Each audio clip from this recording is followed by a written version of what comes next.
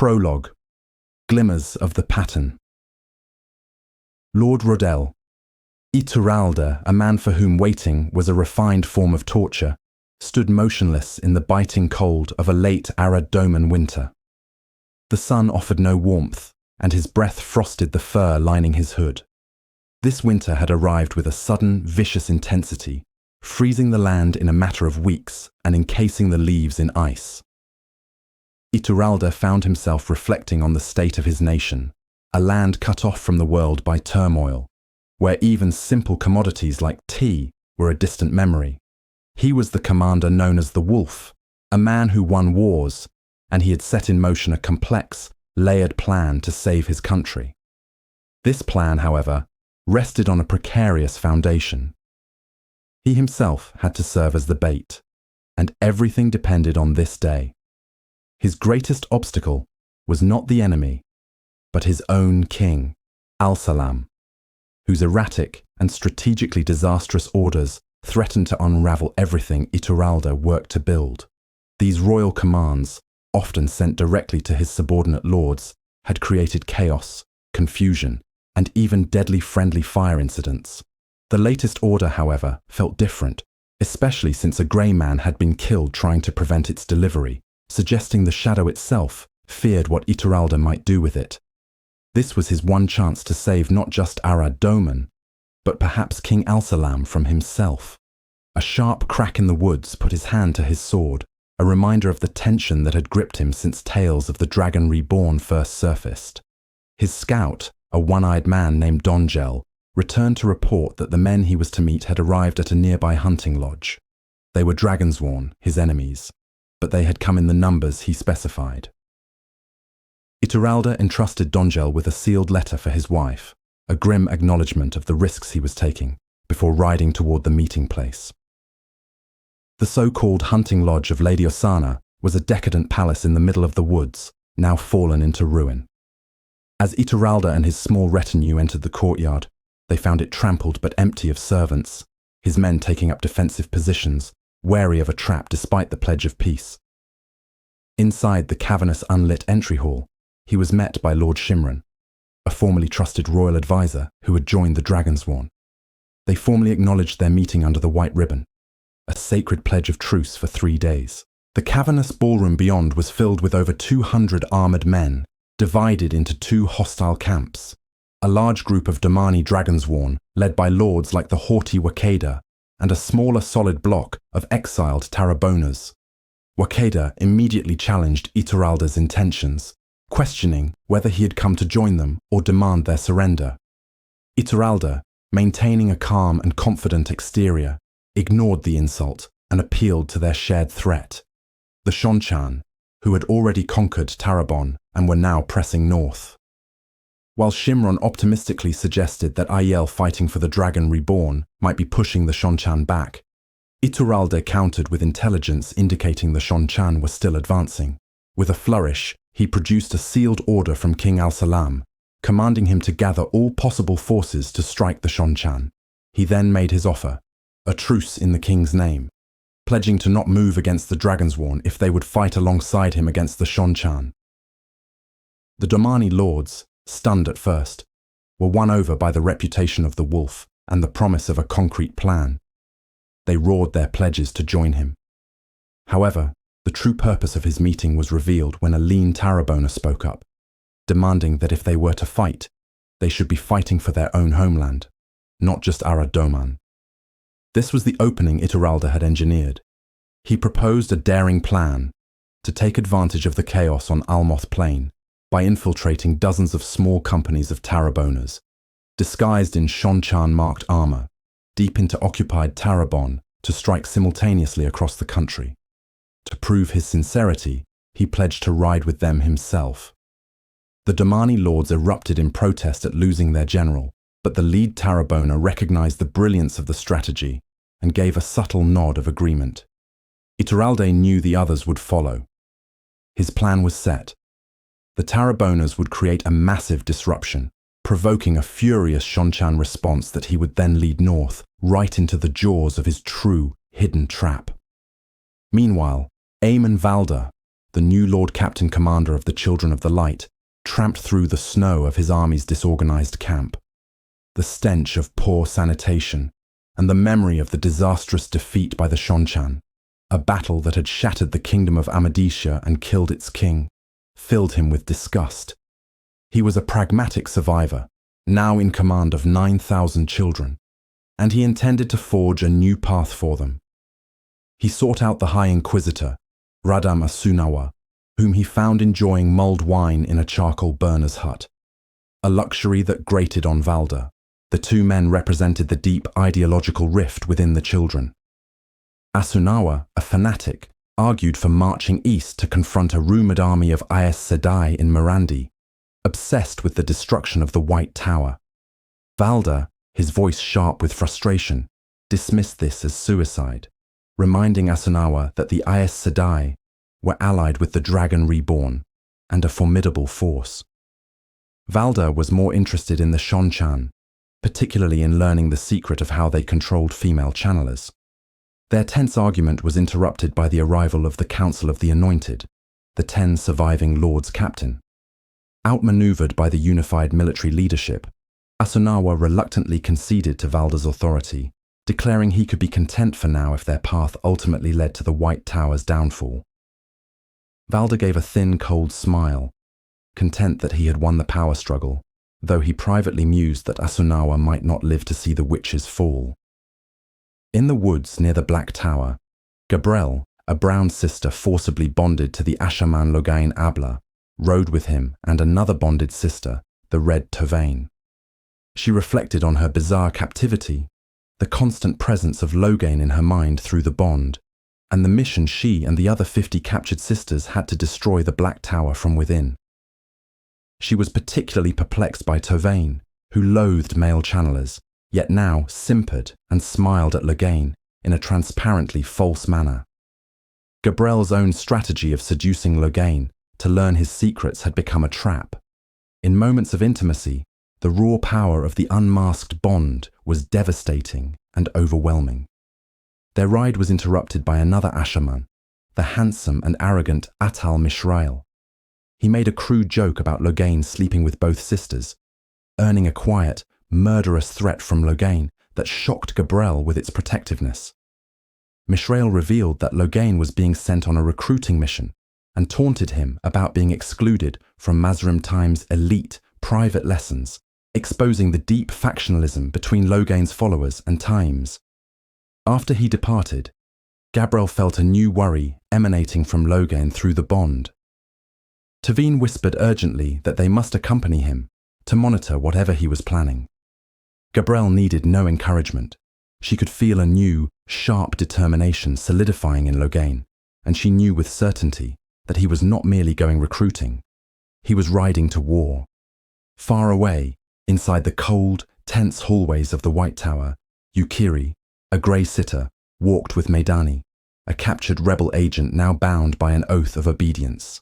Yukiri's mind was a turmoil of worries, the chaos in the world, the fracturing of the tower into hostile Aja-based factions, and the hunt for the Black Aja. Meidani was one of several captured rebels now being used as spies by a secret group of sitters.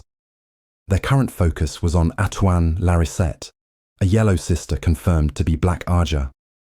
The brief, terrifying sight of Atuan walking down a nearby corridor sent a jolt of fear through Yukiri, a stark reminder that they lived in a den of adders, able to see only one. Yukiri ordered Meidani to exploit an old, novice days friendship with the Amirlin seat Elida in order to spy on her study and discover how the Black Aja seemed to know all of its secrets. The opportunity was ripe as the powerful keeper, Alvirin, had just unexpectedly left the tower. Their clandestine conversation was interrupted by Seen, another sitter in their conspiracy, who hurried toward them. Yukiri chastised her for her carelessness, but Siane logically argued that since they were still alive, the Black Aja must not know about their investigation, making such extreme caution unnecessary. Siane then revealed her reason for seeking Yukiri out, relating to the original mystery that had started their hunt. She had discovered a pattern suggesting that the heads of the various Ajas were secretly conspiring to handpick new sitters for the hall, a profound breach of tradition that pointed to an entirely separate conspiracy operating at the highest levels of the White Tower. In the corridors of a deeply fractured White Tower, Yukiri listens as Siane unveils a troubling pattern she has uncovered regarding the recent selection of new sitters. Siane, confined and with ample time for contemplation, has pieced together a conspiracy theory that Yukiri initially dismisses as utterly mad. Siane points out the highly anomalous nature of the 5 new sitters chosen by Aegis whose previous representatives joined the rebels. She cites Swana, who retook a seat for the Yellow Ager after having been a sitter for 4 decades, an unprecedented move. She also mentions Farane, who stepped down from the White Ager's seat less than 10 years prior, returning to the hall with unheard-of speed. To further her case, she brings up the Green Ager, where the Captain General, Adalorna, single-handedly chose Rena without the customary nominations, a secret Talain had foolishly spilled. Yukiri finds the notion of Ager heads conspiring on such a matter to be far-fetched, yet she is herself part of a sitter's conspiracy, a fact that undermines her own skepticism. Siane explains that her suspicion was cemented by the fact that both Rena and Andaya are, by custom, far too young to be in the hall. The puzzle deepens with the Brown Ager, which had to replace 2 sitters. They chose one unconventional candidate, but also selected Shevin, a perfectly logical and expected choice. Siane questions why, if there were a conspiracy, the plotters would select 5 oddities and 1 completely normal sitter, believing it to be a crucial part of the puzzle. She expresses a profound sense of urgency, a feeling of an unseen hand on her shoulder, insisting they must solve this mystery before the rebel army reaches Tar Valon. Yukiri, more pragmatic, dismisses the immediate danger, stating that the rebel army is months away at the earliest. She gently ends the tense conversation, sending a sullen scene back to her guarded quarters. Left alone, Yukiri is weighed down by the sad state of the tower, where Aes Sedai must move like hunted animals before turning her mind back to her own immediate task, the investigation of a suspected Black Ager sister. Meanwhile, in the frigid village of Dorlan, Gawain Trakand is awakened in a hayloft by his lieutenant, Rajar. He is informed that a messenger from the White Tower and Aes Sedai has arrived on foot, a difficult journey through the snow. Gawain is trapped, his force of younglings caught between the rebel army besieging Tar Valon and the city itself. He is consumed by worry for both his sister, Elaine, and for Egwene, unsure of their fates. He proceeds to the mayor's house, where he finds the messenger, a small and weary sister named Narenwin, along with 2 other Reds, the intense Katarine Alredin and the controlled, statuesque Tana Fair. Narenwin declares she has orders for Gawain from the Amelin seat, Elida, which Gawain immediately questions, reminding her that Elida disowned him and his men. The conversation is swiftly derailed by Katarine and Tana, who are fixated on their own urgent need to return to the tower and dismiss Narenwin's authority. They use a loophole in her orders, which were to take command of the sisters under a different Aes Sedai, to justify ignoring her. In a moment of frustration, Gawain demands to know Elaine's whereabouts.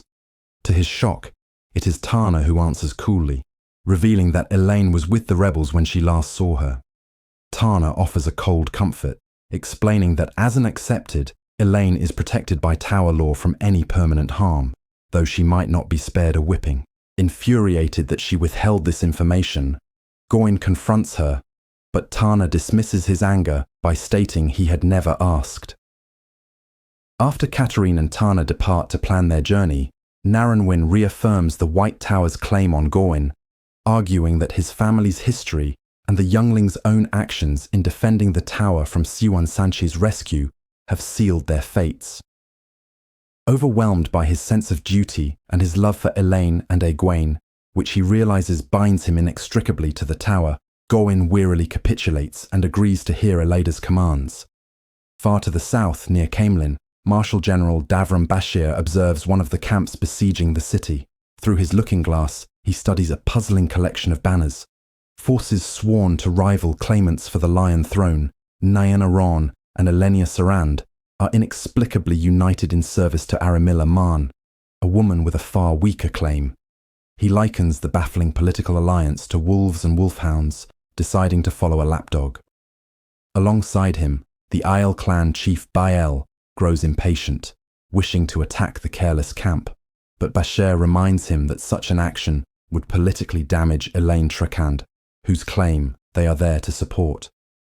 They witness a brief skirmish as horsemen from the camp loot refugees fleeing Camelin, only to be chased off by a sortie of the Queen's guards, who then force the terrified citizens back into the besieged city. Returning to his own highly disciplined camp, Bashir is troubled by his own precarious situation, particularly the threat posed by his own queen, Tenobia of Saldea, who is rumoured to be nearby and likely wants his head for treason.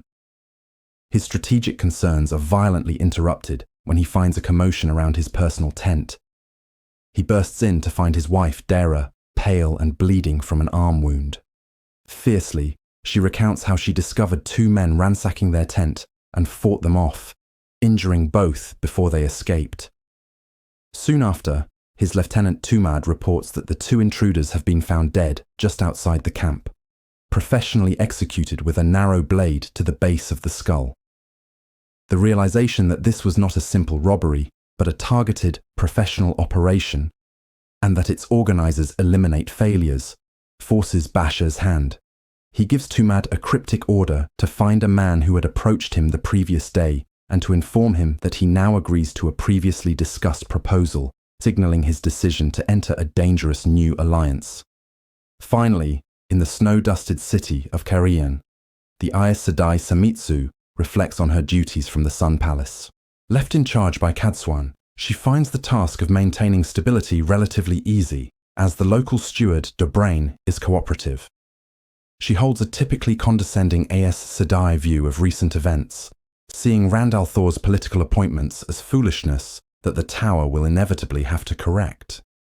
She notes with mild interest that Dobrain is building support for Elaine's claim to Carrion's throne and dismisses the persistent ridiculous rumours of the Dragon Reborn submitting to Elida in Tar Valon.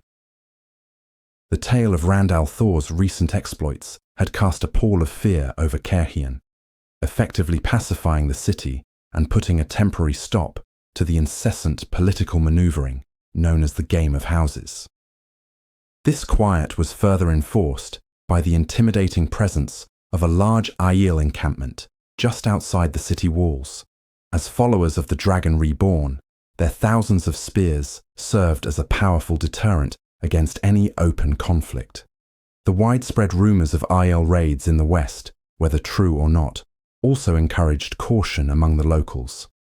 The city, though crowded, was well supplied, and aside from minor brawls, an unusual peace held sway.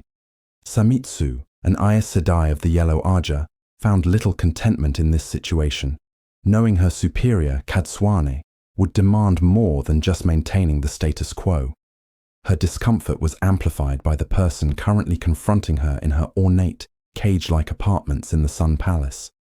This was Sashala, a sister of the Red Aja, whose belligerent stance was matched by her unusual choice of Aiel jewelry.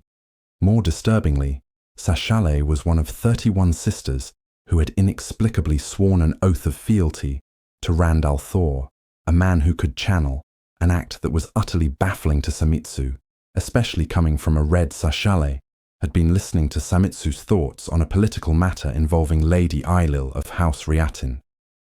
Ailil's brother, Toram, had rebelled against the Dragon Reborn and disappeared, and now Ailil sought Aes Sedai approval to claim leadership of the house. Samitsu firmly rejected the idea, arguing that it would disrupt the delicate balance of power in Caerhien and foster more upheaval. Prologue. Glimmers of the pattern. Lord Rodel Ituralde, a man for whom waiting was a refined form of torture, stood motionless in the biting cold of a late Arad-Doman winter. The sun offered no warmth, and his breath frosted the fur lining his hood. This winter had arrived with a sudden, vicious intensity, freezing the land in a matter of weeks and encasing the leaves in ice. Ituralde found himself reflecting on the state of his nation, a land cut off from the world by turmoil, where even simple commodities like tea were a distant memory. He was the commander known as the Wolf, a man who won wars, and he had set in motion a complex, layered plan to save his country. This plan, however, rested on a precarious foundation. He himself had to serve as the bait, and everything depended on this day. His greatest obstacle was not the enemy, but his own king, Al-Salam, whose erratic and strategically disastrous orders threatened to unravel everything Iturralde worked to build. These royal commands, often sent directly to his subordinate lords, had created chaos, confusion, and even deadly friendly fire incidents. The latest order, however, felt different, especially since a grey man had been killed trying to prevent its delivery, suggesting the shadow itself feared what Iturralde might do with it. This was his one chance to save not just Arad Doman, but perhaps King Al-Salam from himself. A sharp crack in the woods put his hand to his sword, a reminder of the tension that had gripped him since tales of the Dragon Reborn first surfaced. His scout, a one-eyed man named Dongel, returned to report that the men he was to meet had arrived at a nearby hunting lodge. They were Dragonsworn, his enemies, but they had come in the numbers he specified. Iturralde entrusted Dongel with a sealed letter for his wife, a grim acknowledgement of the risks he was taking, before riding toward the meeting place. The so-called hunting lodge of Lady Osana was a decadent palace in the middle of the woods, now fallen into ruin. As Iturralde and his small retinue entered the courtyard, they found it trampled but empty of servants, his men taking up defensive positions, wary of a trap despite the pledge of peace. Inside the cavernous, unlit entry hall, he was met by Lord Shimron, a formerly trusted royal advisor who had joined the Dragonsworn. They formally acknowledged their meeting under the white ribbon, a sacred pledge of truce for 3 days. The cavernous ballroom beyond was filled with over 200 armoured men, divided into 2 hostile camps, a large group of Domani Dragonsworn, led by lords like the haughty Wakida, and a smaller, solid block of exiled Taraboners. Wakida immediately challenged Iturralde's intentions, questioning whether he had come to join them or demand their surrender. Iturralde, maintaining a calm and confident exterior, ignored the insult and appealed to their shared threat, the Shonchan, who had already conquered Tarabon and were now pressing north. While Shimron optimistically suggested that Ayel fighting for the Dragon Reborn might be pushing the Shonchan back, Iturralde countered with intelligence indicating the Shonchan were still advancing.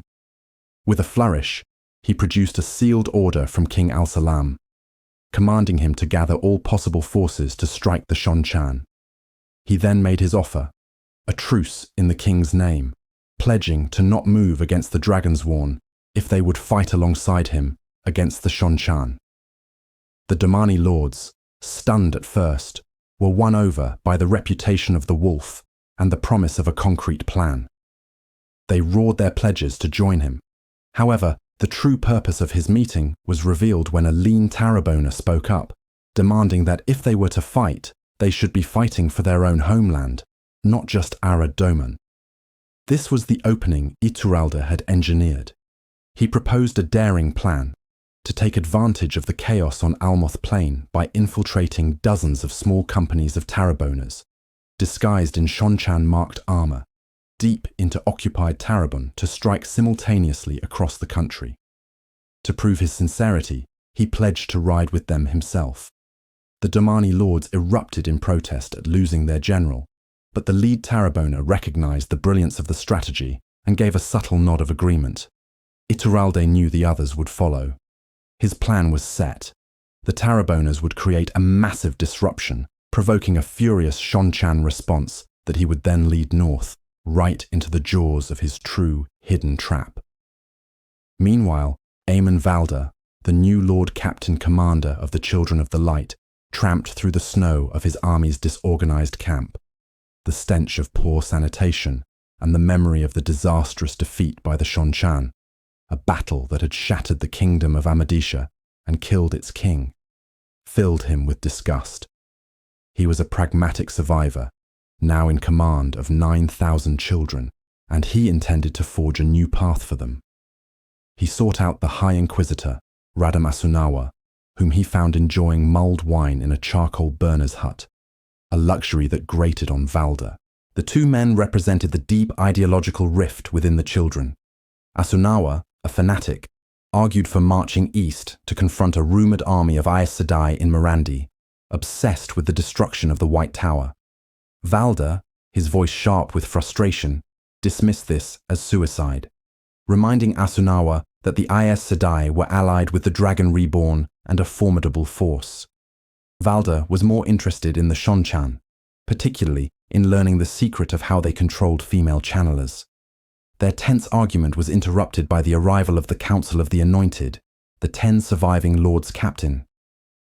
Outmaneuvered by the unified military leadership, Asunawa reluctantly conceded to Valda's authority, declaring he could be content for now if their path ultimately led to the White Tower's downfall. Valda gave a thin, cold smile, content that he had won the power struggle, though he privately mused that Asunawa might not live to see the witch's fall. In the woods near the Black Tower, Gabrielle, a brown sister forcibly bonded to the Ashaman Logan Ablar, rode with him and another bonded sister, the Red Tovine. She reflected on her bizarre captivity, the constant presence of Logan in her mind through the bond, and the mission she and the other 50 captured sisters had to destroy the Black Tower from within. She was particularly perplexed by Tovine, who loathed male channelers, yet now simpered and smiled at Logain in a transparently false manner. Gabrielle's own strategy of seducing Logain to learn his secrets had become a trap. In moments of intimacy, the raw power of the unmasked bond was devastating and overwhelming. Their ride was interrupted by another Ashaman, the handsome and arrogant Atal Mishraile. He made a crude joke about Logain sleeping with both sisters, earning a quiet, murderous threat from Logain that shocked Gabrielle with its protectiveness. Mishrael revealed that Logain was being sent on a recruiting mission and taunted him about being excluded from Mazrim Time's elite, private lessons, exposing the deep factionalism between Logain's followers and Taim's. After he departed, Gabrielle felt a new worry emanating from Logain through the bond. Tovane whispered urgently that they must accompany him, to monitor whatever he was planning. Gabrielle needed no encouragement. She could feel a new, sharp determination solidifying in Logain, and she knew with certainty that he was not merely going recruiting. He was riding to war. Far away, inside the cold, tense hallways of the White Tower, Yukiri, a grey sitter, walked with Meidani, a captured rebel agent now bound by an oath of obedience. Yukiri's mind was a turmoil of worries. The chaos in the world, the fracturing of the tower into hostile Arja-based factions, and the hunt for the Black Arja. Meidani was one of several captured rebels now being used as spies by a secret group of sitters. Their current focus was on Atuan Larisette, a yellow sister confirmed to be Black Arja. The brief, terrifying sight of Atuan walking down a nearby corridor sent a jolt of fear through Yukiri, a stark reminder that they lived in a den of adders, able to see only one. Yukiri ordered Meidani to exploit an old, novice days friendship with the Emirlin seat, Elida, in order to spy on her study and discover how the Black Arja seemed to know all of its secrets. The opportunity was ripe as the powerful keeper, Alviarin, had just unexpectedly left the tower. Their clandestine conversation was interrupted by Seen, another sitter in their conspiracy, who hurried toward them. Yukiri chastised her for her carelessness, but Siane logically argued that since they were still alive, the Black Arja must not know about their investigation, making such extreme caution unnecessary. Siane then revealed her reason for seeking Yukiri out, relating to the original mystery that had started their hunt. She had discovered a pattern suggesting that the heads of the various Arjas were secretly conspiring to handpick new sitters for the hall, a profound breach of tradition that pointed to an entirely separate conspiracy operating at the highest levels of the White Tower. In the corridors of a deeply fractured White Tower, Yukiri listens as Siane unveils a troubling pattern she has uncovered regarding the recent selection of new sitters. Siane, confined and with ample time for contemplation, has pieced together a conspiracy theory that Yukiri initially dismisses as utterly mad. Siane points out the highly anomalous nature of the 5 new sitters chosen by Aegis, whose previous representatives joined the rebels. She cites Swana, who retook a seat for the Yellow Aja after having been a sitter for 4 decades, an unprecedented move. She also mentions Farhan, who stepped down from the White Aja's seat less than 10 years prior, returning to the hall with unheard-of speed. To further her case, she brings up the Green Aja, where the Captain General, Adalorna, single-handedly chose Rina without the customary nominations, a secret Talane had foolishly spilled. Yukiri finds the notion of Aja heads conspiring on such a matter to be far-fetched, yet she is herself part of a sitter's conspiracy, a fact that undermines her own skepticism. Sain explains that her suspicion was cemented by the fact that both Rina and Andaya are, by custom, far too young to be in the hall. The puzzle deepens with the Brown Aja, which had to replace 2 sitters. They chose one unconventional candidate, but also selected Shivan, a perfectly logical and expected choice.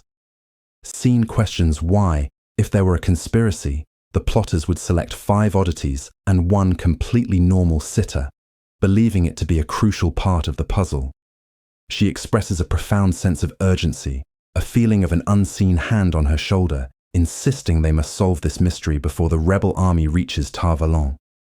Yukiri, more pragmatic, dismisses the immediate danger, stating that the rebel army is months away at the earliest. She gently ends the tense conversation, sending a sullen Sain back to her guarded quarters.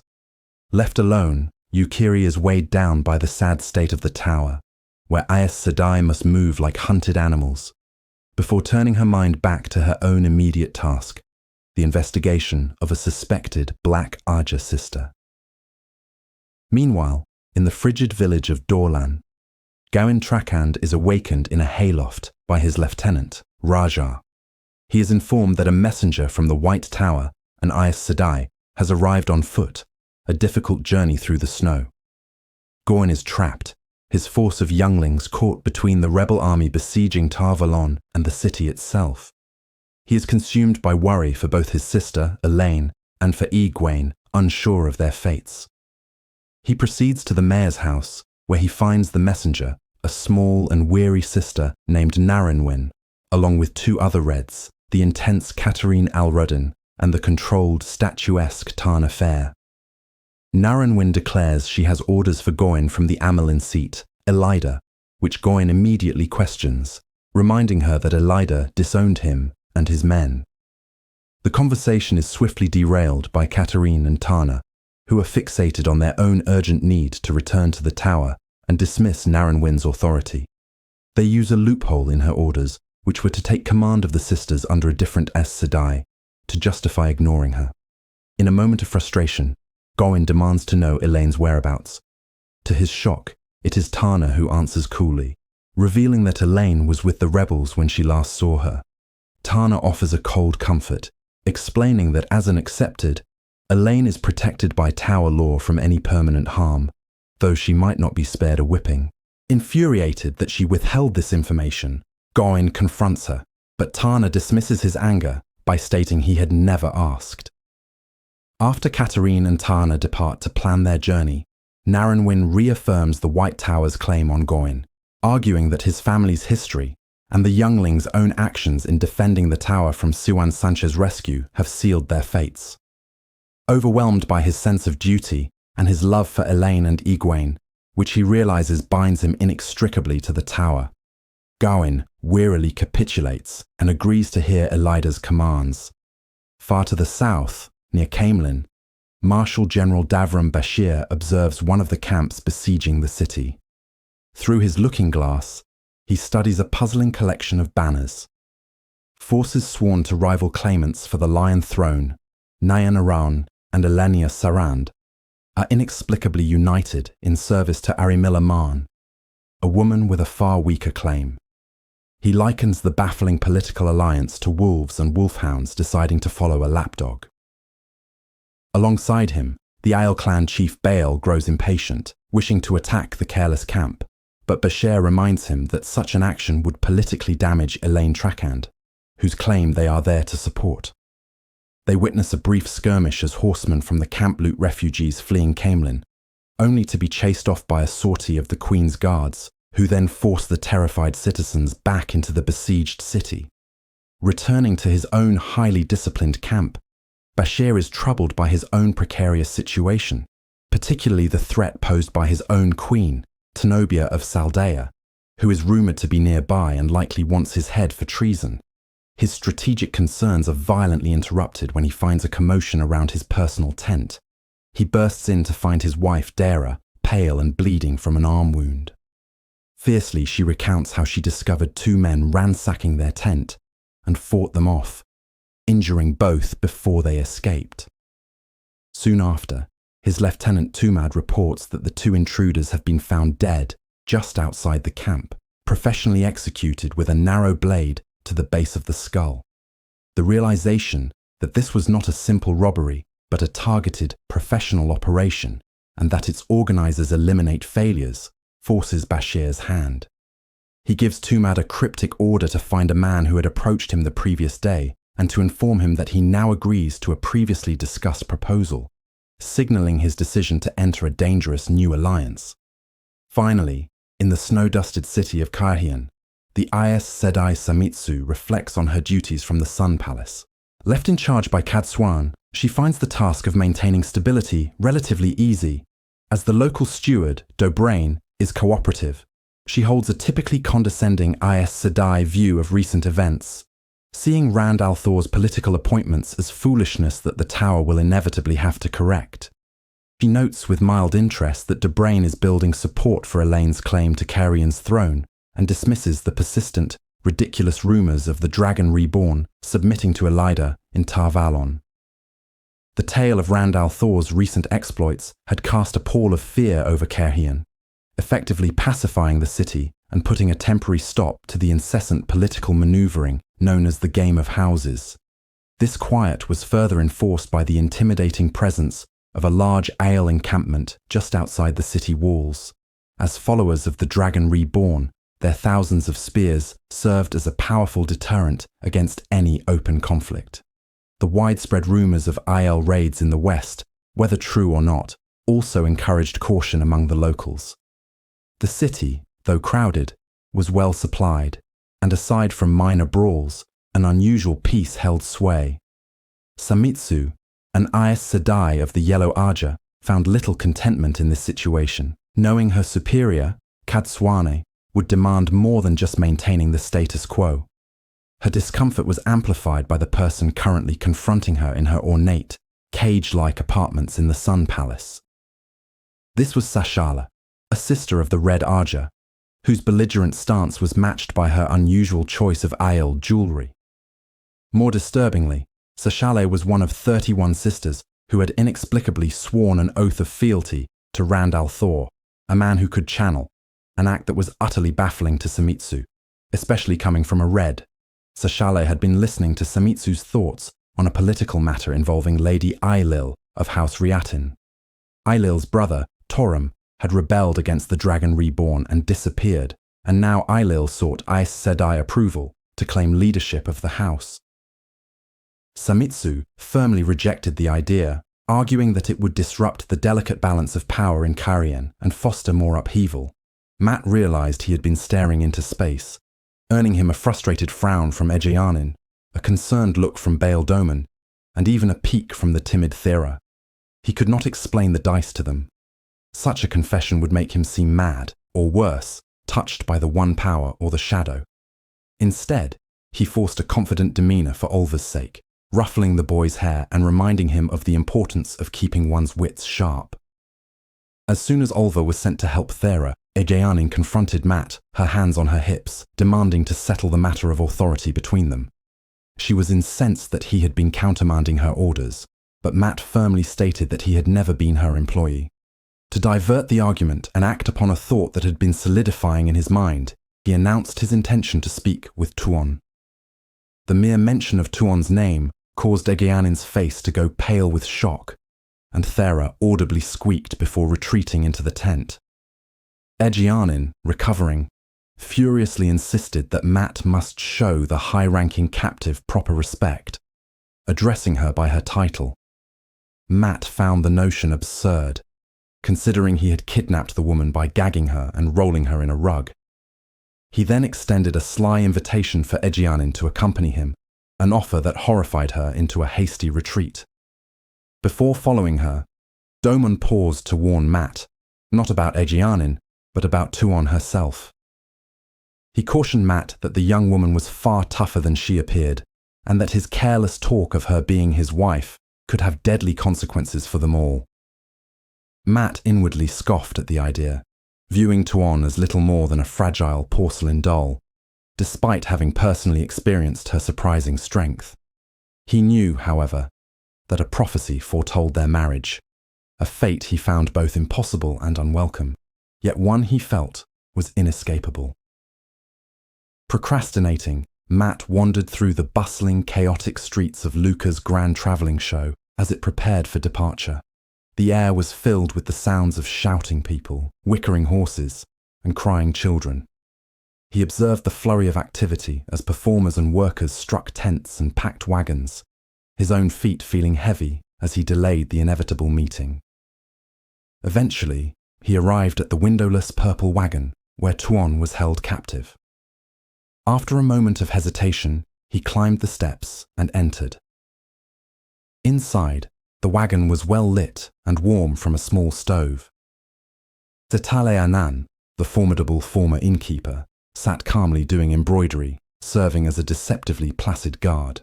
Tuon's lady-in-waiting, Seleucia, sat sullenly on the floor, while Tuon herself was seated on a stool, appearing perfectly composed as she read a book.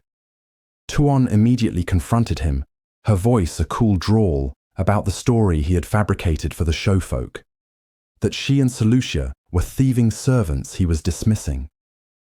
Her calm demeanour shattered as she called him by the demeaning name Toy, a moniker from their time in the Tarasin Palace. As her anger escalated from icy disdain to furious rage, she threw a pottery cup at his head, which he narrowly dodged. Seleucia intervened to prevent her from throwing a chamber pot, while an amused Setale handed Tuon another cup to use as a weapon. Matt tried to explain that he could hardly announce he had kidnapped the daughter of the 9 moons, but Tuon was unappeased. She declared she would not be known as a servant. He attempted to reassure her that no harm would come to her, and that he would arrange her safe return as soon as possible.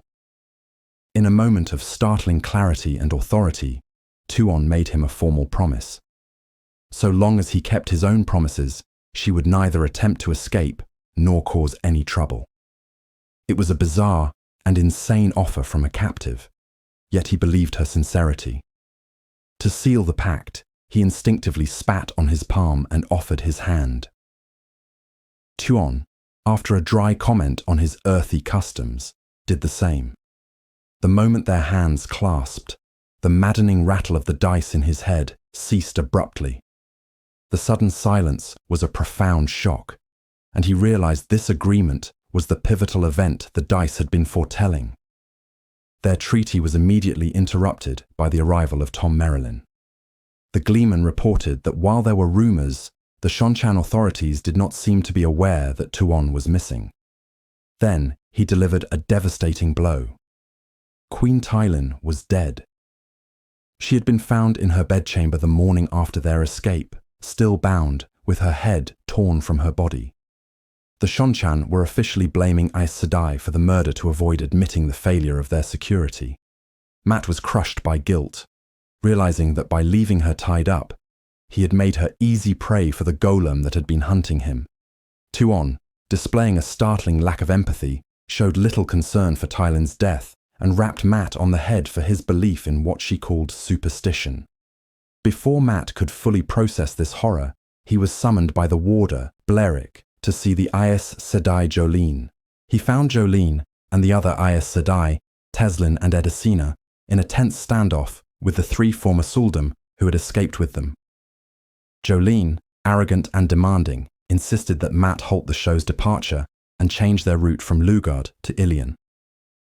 Her reasoning was that she could sense an immense amount of the One power being channeled far to the north, a power so vast she believed it could only be one of the Forsaken.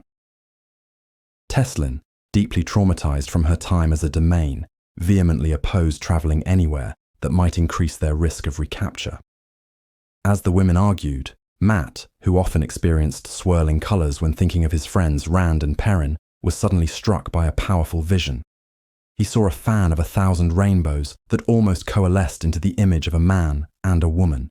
In that instant, he knew with absolute certainty that the source of the power was not the Forsaken. It was Rand. Dismissing Jolene's fears, he resolved to stick to their original plan, left to wonder what monumental act Rand had just performed, and how it was connected to the fateful moment when the dice in his head had finally stopped. Chapter 3. A Fan of Colours. The chapter begins with Matt Cawthon in a state of deep agitation, not from the immediate danger of the recently departed Shonchan soldiers, but from an internal, invisible torment. The sound of dice tumbling in his mind. He reflects on this strange phenomenon, recognizing it as an infallible, albeit maddeningly vague portent of a significant and unavoidable event. He understands that this warning could pertain to something hours or even days away, and his inability to decipher its meaning until it is too late is a constant source of frustration. Despite the anxiety it causes, a part of him dreads the moment the dice inevitably fall silent, a silence that is always temporary. His preoccupation is noticed by his companions. The young boy Olver attempts to reassure him, though his own fear is thinly veiled. Matt, snapping back to the present, realizes that Egeanin, Doman, and even the timid Thera are watching him with varying degrees of concern and annoyance. Unwilling and unable to explain his secret premonition, which he fears would make him seem insane or touched by dark forces, he instead reassures Olver with fatherly advice about staying sharp, a reminder meant as much for himself and the adults as for the boy. Once Olver is sent away, a confrontation erupts with Egeanin. She angrily accuses Matt of undermining her authority and demands they settle their leadership dispute immediately. Matt curtly dismisses her, stating he was never her subordinate. As the argument intensifies, a thought that has been slowly solidifying in his mind comes to the forefront, and he impulsively declares his intention to visit Tuon. The mere mention of her name causes Egeanin to turn deathly pale, and Thera, who had been peeking from a tent, to retreat in fear. Egeanin, a woman deeply ingrained in Shonchan customs, is horrified by his lack of formality and insists he show proper respect. Matt's casual invitation for her to join him only deepens her shock, and she quickly departs with Baal Domon in tow. Before following, Domon warns Matt to be cautious, suggesting that Tuon is far more formidable than she appears, and that his previous flippant remarks about marrying her could have lethal consequences for all of them. Matt dismisses the warning, internally justifying his earlier babbling as a momentary lapse of composure after discovering Tuon's true identity as the daughter of the 9 moons. He reflects on the prophecy that he will marry her, a fate he finds both impossible and unwelcome, yet feels is unavoidable. Matt finds himself wandering through the bustling, chaotic grounds of Luca's travelling show, delaying his visit to Tuon's wagon. The camp is a hive of activity, with performers and workers hastily packing, harnessing teams, and preparing for departure amidst a cacophony of sounds. He tells himself he is not afraid of the confrontation, merely cautious, attributing Tuon's unnerving effect on him to her unexpected appearances back at the Tarasin Palace. He internally scoffs at the idea that the delicate doll-like woman could be truly tough, conveniently forgetting her fierce resistance during her capture. The persistent rattling of the dice in his head only amplifies his unease. Eventually, he arrives at the windowless purple wagon where Tuon is being held, guarded by 2 of his Red Arms, Hanan and Metwin. After a moment of hesitation, he ascends the steps and enters. The interior is well lit and warm, containing 3 women who present a study in contrasts. Setale Anan, the former innkeeper, sits calmly doing embroidery, her demeanour belying her role as a guard. Tuon's attendant Seleucia is on the floor, sullen and resentful in her new Ebo Dari attire. And finally, there is Tuon herself, seated on a stool. She appears small and almost childlike in her oversized woolen dress, yet her serene composure is deeply unsettling to Matt. The dice continue their frantic tumbling in his head. Tuon immediately confronts him, her voice cool and controlled, referring to him by the dismissive name Toy. She has been informed of the cover story he has created, that she and Seleucia are thieving servants he is detaining.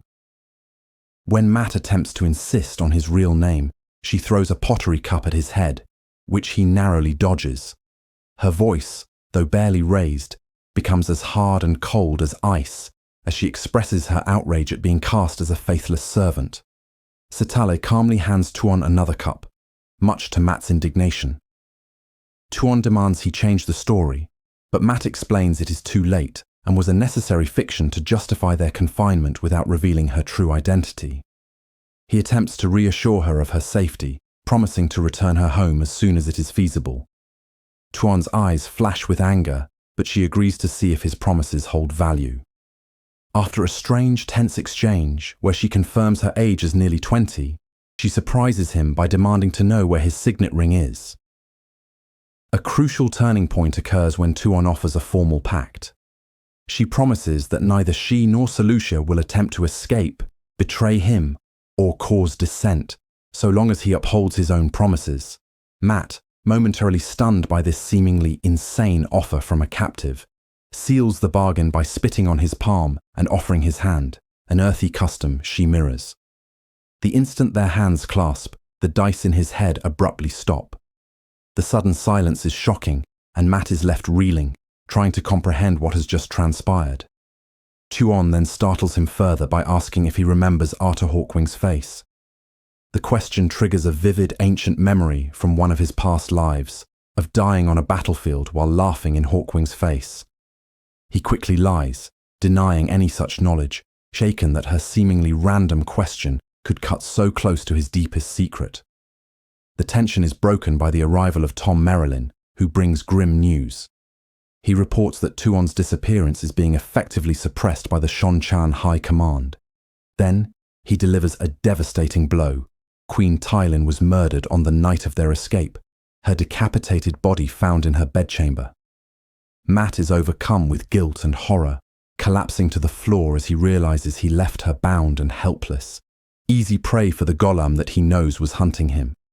Tom confirms the Shonchan are blaming Aes Sedai for the murder, a conclusion that seems nonsensical but serves their political purposes. Tuon, however, displays a shocking lack of emotion.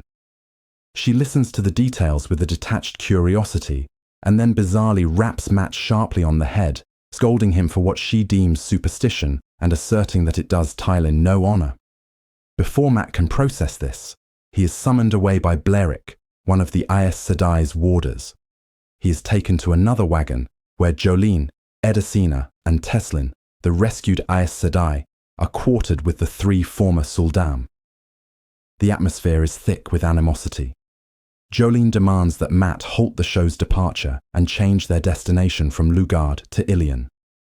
Her reasoning is that she can sense a colossal amount of the one power being wielded far to the north, a power so immense she believes it can only be one of the Forsaken. Teslin, still deeply traumatized from being collared, argues fiercely against this, fearing the greater Shonchan presence on that route. As the women argue, Matt is struck by a personal revelation. The swirling colors that sometimes fill his vision when he thinks of his friends, Rand and Perrin, suddenly appear. He intuitively knows that the source of the immense power is not the Forsaken, but Rand himself. The chapter concludes with Matt lost in this realization, pondering the monumental event Rand must have been a part of at the very moment his dice had finally stopped. Chapter 4. The Tale of a Doll. The chapter opens with Furik Karadi, a banner general of the Death Watch Guard, lost in thought within his room at the Wandering Woman Inn. He is consumed by the shame and duty surrounding the disappearance of the High Lady Tuon 9 nights prior. As the highest-ranking guard officer present, he feels the full weight of responsibility for finding her, whether she has orchestrated her own vanishing as she has in the past, or has been taken by an enemy. his internal struggle is briefly interrupted by his servant, Ajimbura, a fierce and only partially civilized man from the Kainsada Hills, who proudly displays a large rat he has killed. This interaction highlights Ajimbura's primal loyalty and the stark contrast between his tribal ways, symbolized by his drinking cup, made from a human skull, and the more circumscribed life of a servant. Korede, dismissing his servant's quirks, is paralyzed by the lack of leads in his search for Tuon, considering it his paramount duty to find her alive, or to avenge her if she is dead. His contemplation is broken by the unannounced arrival of a seeker for truth named Almurat Mor. The seeker's presence immediately establishes a tense atmosphere, as his authority is absolute and his purpose is unknown. Mor begins a careful interrogation, probing Korede's loyalties and knowledge of various military plans, before pivoting to the true reason for his visit. He recounts a disturbing rumor circulating in Ebu Dar about a young woman with a Shandar accent and an accurate description of Tuon who has been extorting merchants. Critically, this girl is said to be accompanied by soldiers in armor that locals describe as black, the color strongly associated with the Death Watch Guard. This rumor began to spread the night after the murder of the city's queen, Tylin, creating a dangerous and suspicious timeline that appears to implicate Korede's own forces. Mor then reveals a much deeper and more complex conspiracy, explaining why he has come to Korede in secret. He connects Tuon's disappearance to a series of seemingly disparate events from that same night. The murder of Queen Tylin, the theft of 2 captured Aes Sedai being held as domain, and the flight from the city of a suspicious group. This group includes a mysterious and well-spoken man named Tom Merrilin, who Mor suspects is a high-level agent for the White Tower sent to orchestrate these events.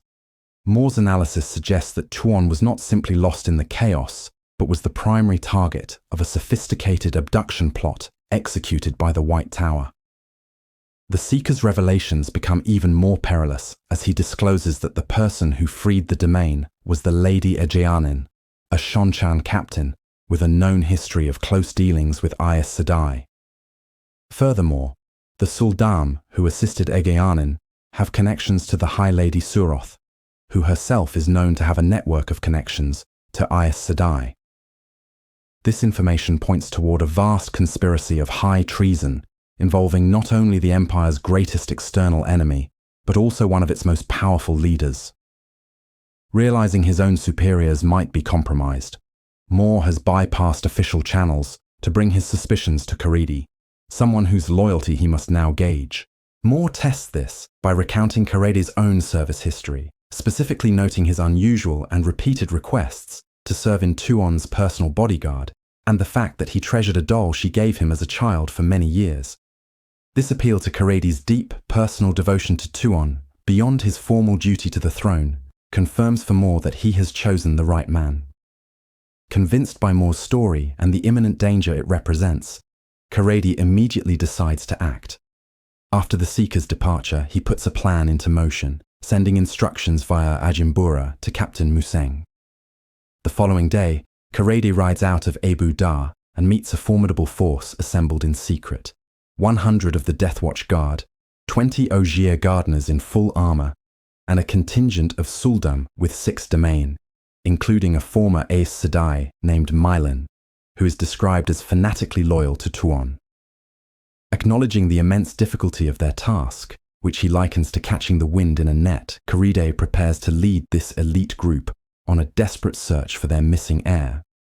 Now understanding the mission is not merely a recovery, but a strike against a shadowy conspiracy threatening the heart of the Empire itself. Chapter 5. The Forging of a Hammer. The chapter begins with Perrin experiencing a dream, not in the familiar wolf dream, but as an actual wolf running through a moonlit, snow-covered forest. He is filled with an ancient, instinctual hatred for an unseen presence, a scent that promises certain death, a loathing even greater than that reserved for the Neverborn. This premonition of doom drives him to run headlong toward the threat, a fatalistic acceptance of the confrontation to come. He is jolted awake by the biting cold of the pre-dawn darkness, the weariness of his long ordeal clinging to him. His anger has become his only source of strength, a constant fire against the unending exhaustion and the nightmares of failing to find his wife fail. While the dream fades, its sense of urgency and the feeling of a profound, deathly animosity linger. Lying beneath a supply cart, Perrin reaches out with his mind, seeking contact with the local wolf population. He finds a pack unusually far away and, observing the proper etiquette, introduces himself as Young Bull. The pack, led by a female named Leaf Hunter, recognizes him as the legendary friend of Longtooth.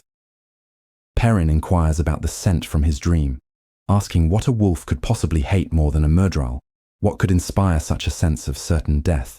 The wolves respond with a wave of terror-laced resolve, a fear entirely alien to their nature, before deliberately severing their connection with him. Only Leaf Hunter remains for a moment, delivering a cryptic and chilling message. The last hunt is coming. She refers to Tarmangeddon, the final battle, a fated event wolves know they must participate in. This encounter leaves Perrin deeply unsettled, as the wolves' terror was not for the battle itself, but for something else, something connected to the scent in his dream. He dismisses the thought, forcing his focus back to his immediate, all-consuming purpose. He performs his morning ritual, fumbling for a rawhide cord and tying another knot, bringing the total to 22. Each knot represents a day since Fela's abduction by the Shido Il.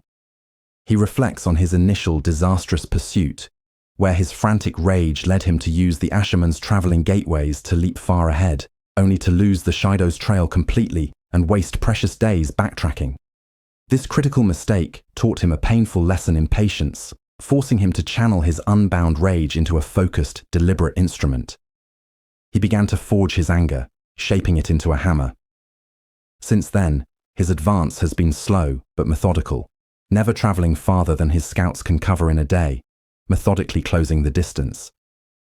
He lists the other captives in his mind, Queen Aleandra, the Isle maidens Ban and Chiad, and Fael's retainers, to ensure he does not forget his wider responsibilities. But his world has narrowed to a singular point. Fael. The Shido have been leaving a trail of destruction, their numbers swelling as they move, but Perrin's careful pursuit has finally brought him close. A recent encounter with the survivors of a plundered village named Britain confirms the Shido passed through only 2 days prior. The certainty of imminent contact fills him. He knows his scouts, pushed to their limits, will return soon with the enemy's exact location. As he prepares for the day, Aram, the former tinker who is now his ever-present, sword-wielding shadow, informs him that Seban Balwa and Selanda Darangil wish to see him. Balwa, Perrin's small, unassuming secretary, and Selanda, the leader of the young nobles who seek to imitate the Isle, bring him intelligence gathered by his spies within the camp of Masema, the prophet of the dragon. Selanda reports 3 things. First, that Masema has sent another rider out, which Perrin dismisses with a sharp warning for his spies not to engage, only to observe. Second, she notes the presence of Altarans and supplies in Masema's camp, confirming Perrin's knowledge that the prophet's followers are raiding the countryside, their actions no better than the Shido's. The third piece of news is a shock. His spies have seen 2 Aes Sedai, Masuri, and Anura secretly meeting with Masema on multiple occasions. This is a deeply troubling development, as Masema openly despises all channelers, viewing them as blasphemers. Perrin internally grapples with the immense problem Masema represents. The prophet's massive, fanatical army follows Perrin's own, a volatile and dangerous situation. While Perrin possesses the power to crush Masema, doing so would scatter the prophet's followers into countless marauding bands across the land, creating more chaos. He has made the difficult decision to let Masema be until Fela is rescued and the Shido are dealt with. He instructs Selanda to have his spies try to overhear the Aes Sedai's meetings, but with extreme caution. After Selander departs, emboldened by Perrin's praise, Balwer stays behind. As they walk through the awakening camp, Perrin experiences a profound sense of isolation. His own Two Rivers people, weary and wary, avoid his gaze, their former camaraderie replaced by a heavy silence, a clear sign of their disapproval of his obsessive quest and his frightening golden-eyes nature. Alone with Balwer at the edge of the camp's defences, Perrin listens to the secretary's analysis. Balwer suggests Masema's riders may be contacting the White Cloaks, given their shared hatred of Aes Sedai. He also speculates on the motivations of the Aes Sedai and the Wise Ones, noting their shared belief in their own superiority and their capacity for acting on what is not explicitly forbidden. Perrin grows impatient with Balwer's subtle manipulations and instructs the secretary to offer his counsel directly from now on, without trying to nudge him toward a conclusion. This directness earns him Balwer's genuine respect and a surprising pledge of loyalty. Balwer then suggests using Selander's followers to gather more information, positioning some among the Aiel and another to befriend Berelain and her advisor, Anura. Perrin agrees, recognizing the need for careful intelligence gathering. As Balwer scurries away to enact the plan, Aram voices his deep distrust of everyone: Balwer, the Aes Sedai, and Selander's followers. Perrin dismisses his concerns, stating that one must trust somebody, though the question of who remains unanswered. He swings into his saddle, ready to move. A hammer, he concludes, is useless when it is at rest. Chapter 6. The Scent of a Dream. Perrin Aybara galloped into the snow-covered forest, seeking refuge from his troubles in the crisp, cold air. His mind was a turmoil of thoughts, wrestling with the iron puzzle of the captive Shadow, who held his wife, Fail. He felt a deep-seated anger at old friends who readily believed rumors about him, and he wished to forget the complexities of dealing with Masema, the Aes Sedai, and the Wise Ones. Recognizing the danger of the terrain, he slowed his horse, Stepper, understanding that recklessness would not hasten Fail's rescue. Perrin knew he was not a quick or clever thinker, but methodical, and he accepted that this slower, more deliberate approach would have to suffice. Soon, Aram joined him, his posture tense and his scent a mixture of anger and suspicion as he rode slightly behind Perrin, ever the loyal but troubled guard. While the forest was steeped in a deep, pre-dawn gloom that would conceal most things from an ordinary man, Perrin's enhanced senses allowed him to perceive the subtle movements of wildlife and even the scent of a Two Rivers man positioned as a guard high in the branches of a massive oak. Suddenly, both his and Aram's horses reacted with terror, stopping dead in their tracks. Perrin detected a faint but deeply disturbing odor in the air, a smell akin to burnt sulfur, but imbued with a profound sense of wrongness that made his hair stand on end. He recognized the scent from a dream he'd had that very morning. He calmed his trembling horse and, despite Aram's confusion, followed the foul smell. It led him to a large flat stone outcrop, where he discovered tracks that confirmed his fears. Footprints larger than a man's hand were pressed into the solid rock as if it had been soft mud, the clear sign of darkhounds. He sent a frightened Aram back to camp with a message to warn everyone, especially the channelers, of the creature's presence, recalling from a past encounter that they were incredibly difficult to kill and that Moiraine had once needed balefire to destroy a pack. Choosing to proceed alone so as not to draw attention to his own unnatural abilities, Perrin followed the trail. He contemplated the unnerving possibility that the Darkhound's proximity was not a coincidence, but perhaps a consequence of his Tavern nature, which made him a beacon in the pattern, potentially detectable by the Shadow's servants. The trail led him in a complete circle around his own camp. He noted that the huge paw prints covered every exposed rock surface, indicating a very large pack, and that they had passed directly over the site of a recently opened Asherman gateway without pause, seemingly uninterested in the potent evidence of the One Power. He concluded that the Darkhounds were not hunting him, as they would have surely entered the camp otherwise. His overriding concern remained Fail. any fear for his own safety was eclipsed by his terror for her. As he was completing his circuit, he spotted a large party of riders, which included Berelain, the first of Mayenne, accompanied by her winged guards, as well as several wise ones, and the Aes Sedai Masuri and Anura. He attempted to slip away unnoticed, his desire to avoid Berelain intense, due to the false rumors she had allowed to flourish concerning the two of them. However, a wise one spotted him, and Berelain, seizing the opportunity, took a basket from her maid and rode to meet him alone, effectively cornering him. She was a skilled rider, a fact he grudgingly admitted. Berelain greeted him with a soft laugh, urging him to smile and pretend they were flirting to deceive any onlookers. She offered him the basket, which contained roasted woodhen and fresh bread, chiding him for neglecting his appearance and reminding him that a noble must present a certain image to his people. The lecture irritated Perrin immensely, not only because it was coming from her, but because it echoed advice Fael herself had given him. Beneath her composed exterior, Perrin could smell her amusement, patience, and a surprising undercurrent of fear. She then revealed the true purpose of her errand. Hidden within the basket was a document her thief-catchers had stolen from Masema's campaign desk. Under the guise of examining his food, Perrin unfolded and read the paper. It was a formal letter of protection from a high-ranking Shonchan lady named Suroth, written in the name of the Empress, offering the bearer aid in service to the Empire. This was undeniable proof of Masema's treason. Berelain's smile had become forced, and she revealed that her two thief-catchers had since gone missing, likely captured or killed by Masema's followers. As they spoke, Perrin unconsciously bit through the woodhen's thigh bone, a display of wolfish strength that startled Berelain.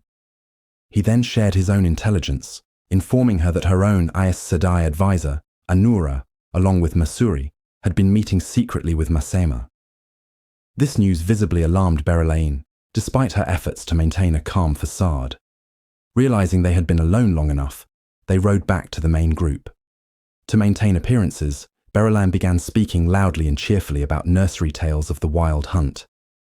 When they rejoined the others and encountered skepticism from the soldiers about such stories, Perrin silenced them by showing them the impossible, monstrous tracks pressed into the stone slab.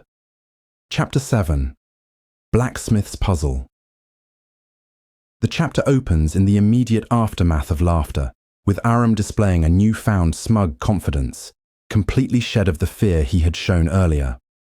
The focal point of the group's attention is a set of enormous dog tracks unnaturally impressed into a stone slab. Despite Perrin's assurance that the dark hounds responsible for the tracks are long gone, the sheer impossibility of the sight captivates everyone. Perrin refrains from explaining how he knows this information, a detail that goes unnoticed by the others, who are mesmerized by the prints, which are starkly illuminated by a beam of early morning sunlight. While Perrin's horse, Stepper, has grown somewhat accustomed to the faint, lingering smell of burnt sulfur, the other mounts are skittish and nervous. The human members of the party, with the exception of Perrin, cannot detect the odor and are merely annoyed by their horse's behavior. Berelain's maid lets out a scream upon seeing the tracks and nearly faints, but Berelain herself remains as stoic and unreadable as an Aes Sedai, though the whitening of her knuckles as she grips her reins betrays her inattention. Lord Captain Bertain Galen, the one-eyed commander of Berelain's winged guards, dismounts to inspect the stone, his grim expression indicating he foresees trouble, a common trait for the veteran soldier. The complex power dynamics of the group become apparent as Masuri, a brown Ajar Aes Sedai, also dismounts, but hesitates, seeking permission from the three Aiel wise ones before proceeding. This deference from an Aes Sedai to the Aiel women causes some unease among the Maena soldiers. In contrast, Anura, Berelain's Aes Sedai advisor, physically distances herself from the scene, clearly wanting no part in any interaction with the wise ones. Only after Neverin, one of the wise ones, gives an uncharacteristically warm and approving nod does Masuri begin her investigation. She channels the one power, her hands moving over the tracks in a process visible to the wise ones, but not to Perrin. As Masuri works, Galeni attempts to bolster the morale of his increasingly fearful soldiers with a joke from old stories about sprinkling salt on Darkhound's ears, an effort that is met with only a few nervous chuckles. He then quietly advises Berylane that their position is dangerous and their supplies are low, suggesting she should reconsider her plans. This enrages Perrin, who believes Galeni is advocating for abandoning the search for Fail.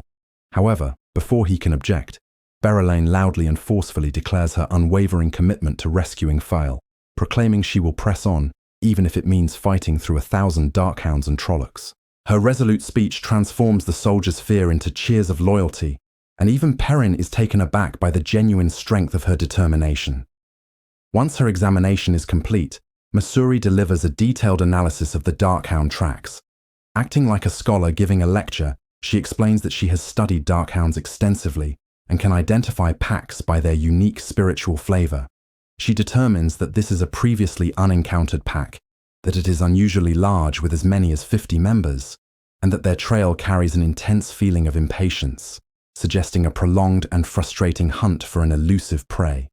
She also notes that they are extremely rare so far south of the Blight. Most importantly for the group, she concludes that the Darkhounds are more than an hour gone and are highly unlikely to return, as their brief flicker of interest in this location has passed. Just as a wave of relief washes over the soldiers, Perrin's heightened senses pick up a series of bird calls, signals from his Two Rivers scouts warning of Masema's approach from the south. The atmosphere immediately shifts back to high tension. Berylane refuses to flee, choosing to stand her ground. Galena, though clearly anxious about facing Masema's much larger force with only 50 lancers, begins arranging his men for a confrontation and sends a messenger racing back to their main camp for reinforcements. Meanwhile, the wise ones pull Masuri and a very reluctant Honora aside for a hushed conference. Perrin, deeply suspicious of their intentions, demands to know their plan, but is given only a cryptic and dismissive answer by Neverin.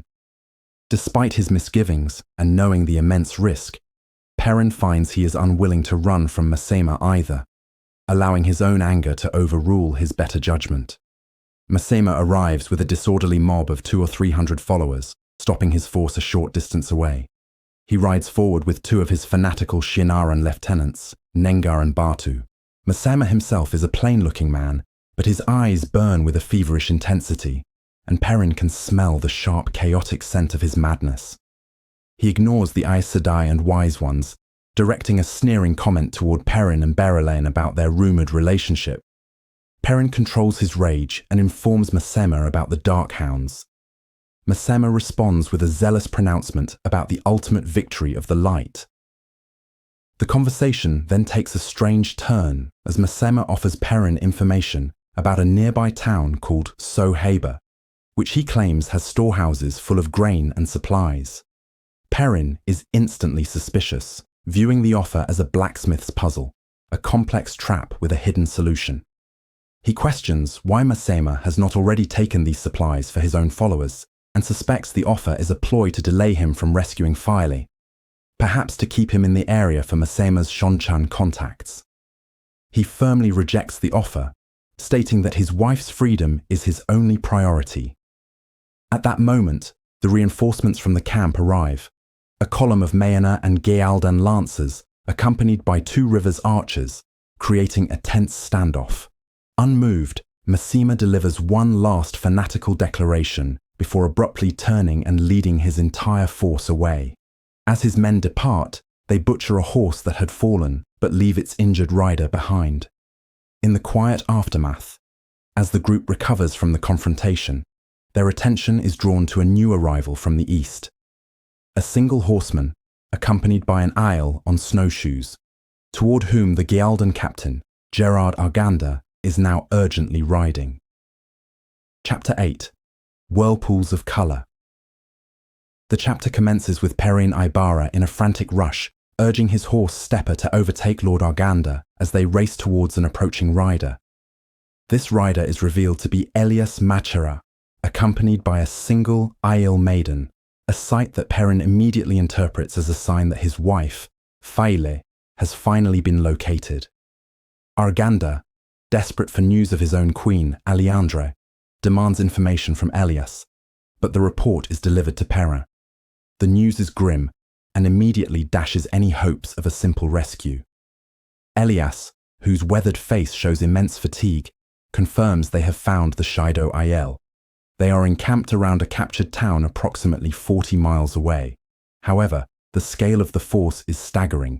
Elias estimates at least 9 or 10 septs are present, with a total population comparable to a major city and a fighting force that could easily exceed 10,000 warriors. This revelation crushes Perrin with a wave of despair, as his own army of fewer than 2,000 lancers and 300 Two Rivers archers is hopelessly outmatched. As the reality of their situation sinks in, a debate erupts among Perrin's followers. Aram, ever the zealot, dismisses the numbers, naively comparing the situation to their past victories against Trollocs. Elias quickly rebuffs this with the harsh reality that their previous success was due to a specific strategy of entrapment that is impossible here.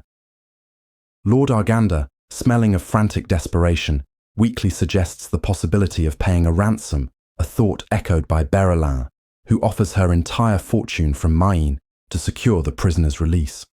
However, this idea is systematically dismantled by the more pragmatic members of the group.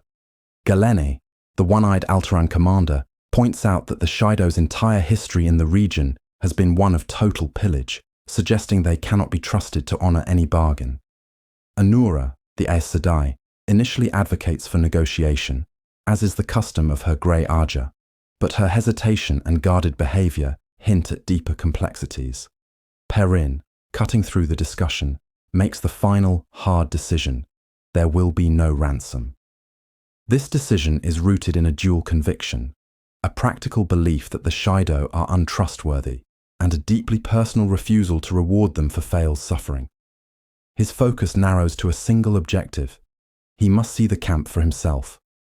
Perrin directs Aram to fetch the Ashaman, Jurgrady, for travelling. While waiting at the site of a previous gateway, Elias discovers tracks and a lingering scent that he identifies as belonging to Darkhounds. He provides a chilling explanation of their nature, revealing they are the twisted souls of wolves, corrupted by the shadow long ago. He explains their immense power and the danger they pose, but offers a sliver of hope by theorizing that this particular pack seems to be hunting a more significant target than Perrin's group, and will likely not be diverted from their primary mission. This interlude adds a layer of supernatural dread, but simultaneously pushes a potential threat to the background, allowing Perrin to maintain his immediate focus. Once Grady arrives, weary from the constant strain of creating gateways, he weaves an opening to a location scouted by Elias on a ridge overlooking the Shido encampment. A small reconnaissance party, including Perrin, Elias, Arganda, Galen, the Two Rivers men, Anura, and the Wise One Marlene, travels through. The ascent up the snowy ridge highlights the varying skills of the party members, with the Two Rivers men moving like ghosts, while the armoured Gealdanine soldiers struggle. Near the crest, they meet two more Aiel scouts, Sulin and Twanda, who have been observing the camp. Lying prone at the ridgeline, Perrin finally lays eyes on his objective. The reality is far worse than he imagined. The Shido encampment is a sprawling, chaotic sea of tents, wagons, and people that completely engulfs a walled city, stretching for miles. The sheer number of people makes the task of finding one person seem utterly impossible. This overwhelming sight, however, has an unexpected effect on Perrin. Instead of sinking back into despair, the immense scale of the problem burns away his hopelessness, replacing it with a cold, steely resolve. He understands that despair is a useless indulgence against such an obstacle.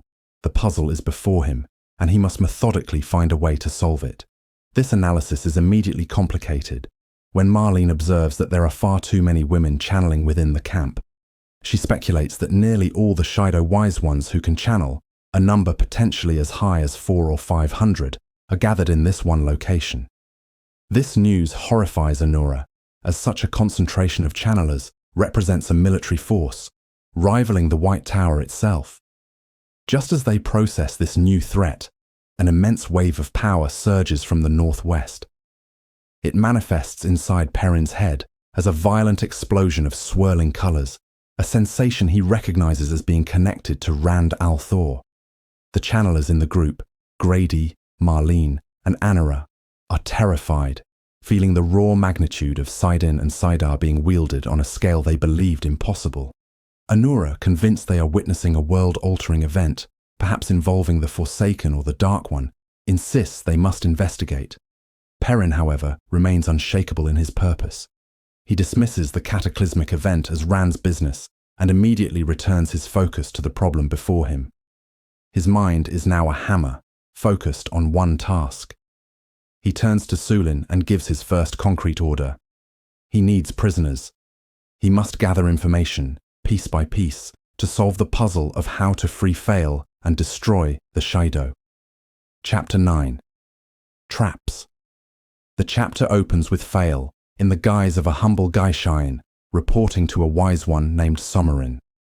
Fail is carrying a basket of laundry for her mistress, Savannah, and meticulously recounts Savannah's complaints that the other wise ones are timid. This act places Fail in the first of several precarious traps. She is forced by the wise ones to spy on Savannah, a harsh and casually cruel leader who punishes the slightest infraction with severe beatings. Fail knows that if Savannah discovers this espionage, the consequences will be horrific, yet refusing the wise ones is equally dangerous. She observes that while the Aiel leaders seem to see their wetlander captives as little more than beasts of burden, incapable of such complex actions as spying, this oversight cannot last forever, and eventually the jaws of this trap will snap shut. Her thoughts are interrupted when she notices Somarin and two other wise ones who can channel, Alaris and Jazan, staring with stunned amazement toward a distant ridgeline. Fail realizes they must have detected a powerful display of channeling, possibly from Aes Sedai, which startles them. Before she can ponder this further, a rattled Somarin strikes her and angrily orders her away. Resolving to escape before her husband Perrin arrives with a force she knows is too small to overcome the vast number of Shido Aiel, Fail proceeds toward the ruined city of Malden. She arranges a brief meeting with Chiad, a fellow Gaishain, and a friend who is Aiel, but not Shido. Fail is relieved to learn that two of her followers, Lucille and Arela, were successfully guided to freedom by Chiad and her companion Bane 3 nights earlier. Fail expresses her despair and asks why Chiad and Bane will not escape with the rest of them, but Chiad firmly explains that to do so would be to abandon her own honor and obligations under Gieto, the Aiel Code.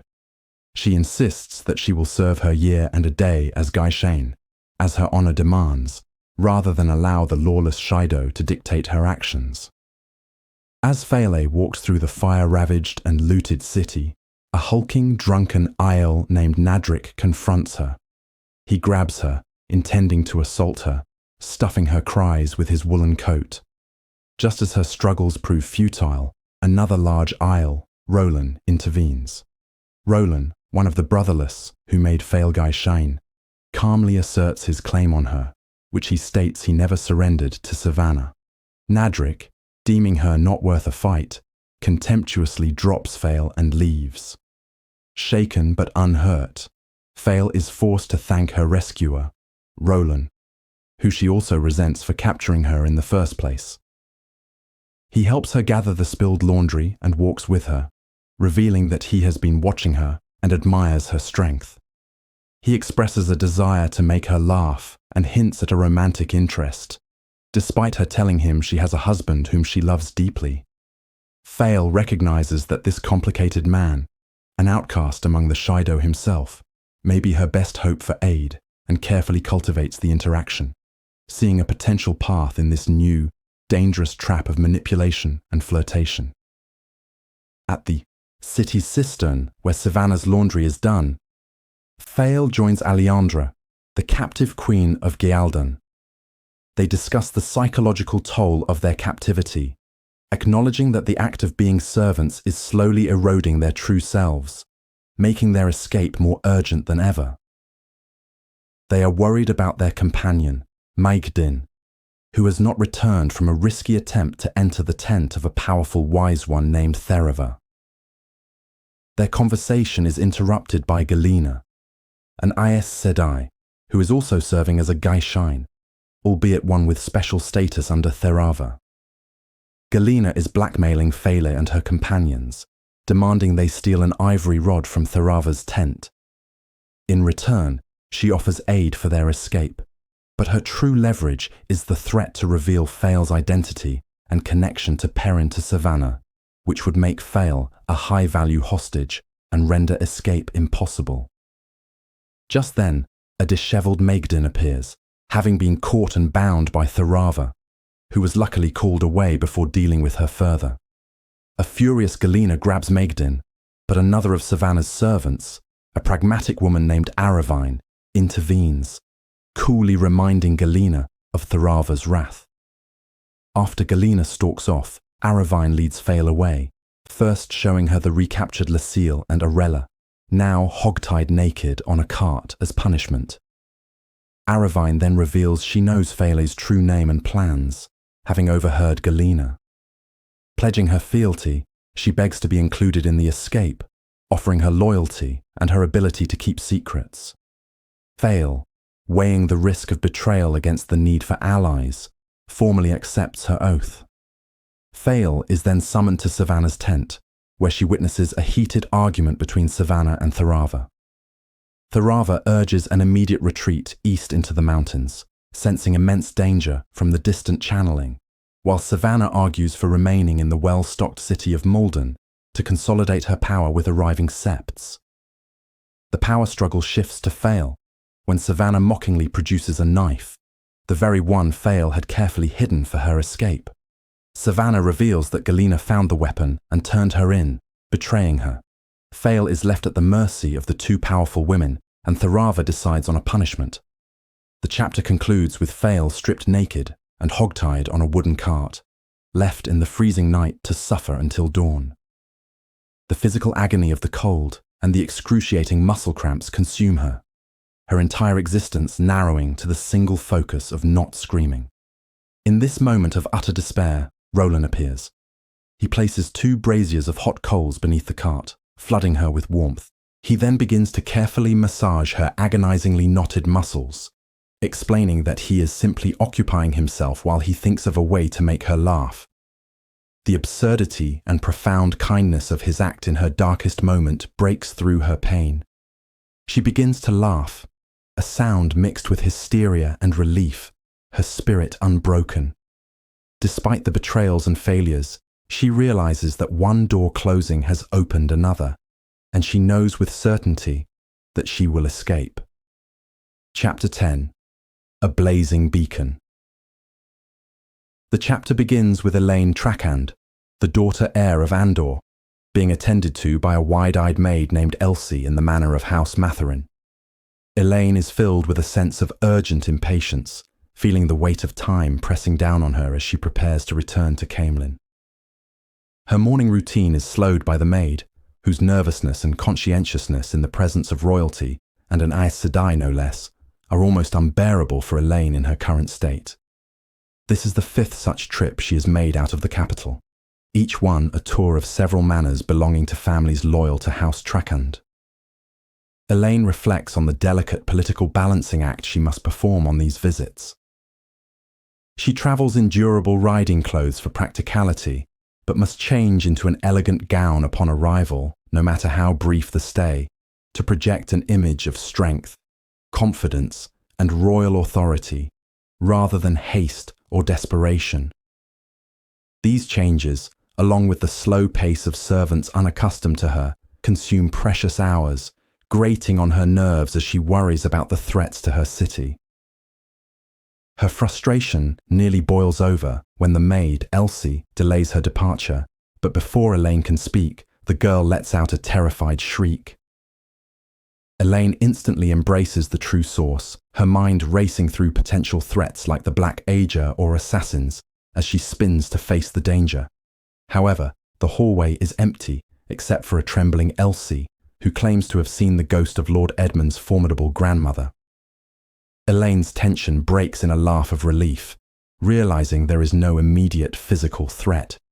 She dismisses the girl's fear, explaining that the dead cannot harm the living, though she internally notes her own volatile moods, which swing unpredictably of late. Releasing the life-filled joy of Sidar with regret, she sends the still shaken maid to fetch men for her travelling chests and proceeds downstairs.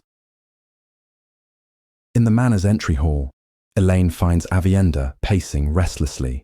Avienda, her Ael first sister, immediately begins to fuss over her with maternal concern, questioning whether Elaine had drunk wine the night before and confirming she drank her goat's milk.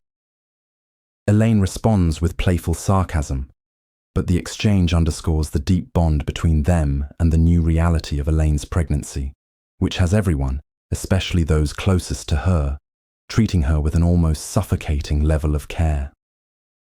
Thinking of her unborn child invariably leads Elaine's thoughts to Randall Thor.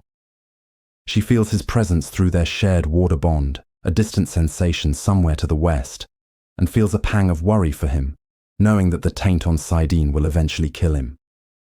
Sensing her shift in mood, Avienda offers a characteristically Aelish reassurance, vowing to cut off Rand's ears if he allows himself to be killed. The absurdity of the comment breaks the tension, and the two women fall into helpless laughter, hugging each other for support. In that moment, Elaine reflects on the strangeness of her life, sharing the man she loves with two other women, Avienda and Min, and loving Avienda as a sister. As they are interrupted by the arrival of the estate manager, Elaine quickly schools her features into a serene mask, acutely aware that a ruler cannot afford to show any hint of weakness or vulnerability in public. The manager, a one-legged former soldier named Fridwin Ross, informs her that her escort is ready. He speaks with pride of Lord Aedmund's loyalty, explaining that the Lord has already taken all the best armsmen from the region and set out for Caemlyn to support her claim. The men he has provided for her escort are, as Elaine sees, a token force of boys too young to shave and old men long past their prime. When Avienda quietly questions the value of these trips, which yield so few capable soldiers, Elaine explains her deeper political strategy. The purpose is not to gather an army, but to spread her influence and presence. By visiting these manors in person, news of her claim and her vitality spreads through the surrounding farms and villages. It creates a personal connection and fosters a groundswell of popular support, turning passive subjects into active proponents of her rule. This foundation, she explains, will be crucial for the difficult times ahead, when all of Andor will need to stand united behind its queen. Outside in the snow-covered grounds, as they prepare to depart, Elaine's volatile emotions surface again, her dread for Rand manifesting as irritation which she takes out on her spirited gelding Fireheart.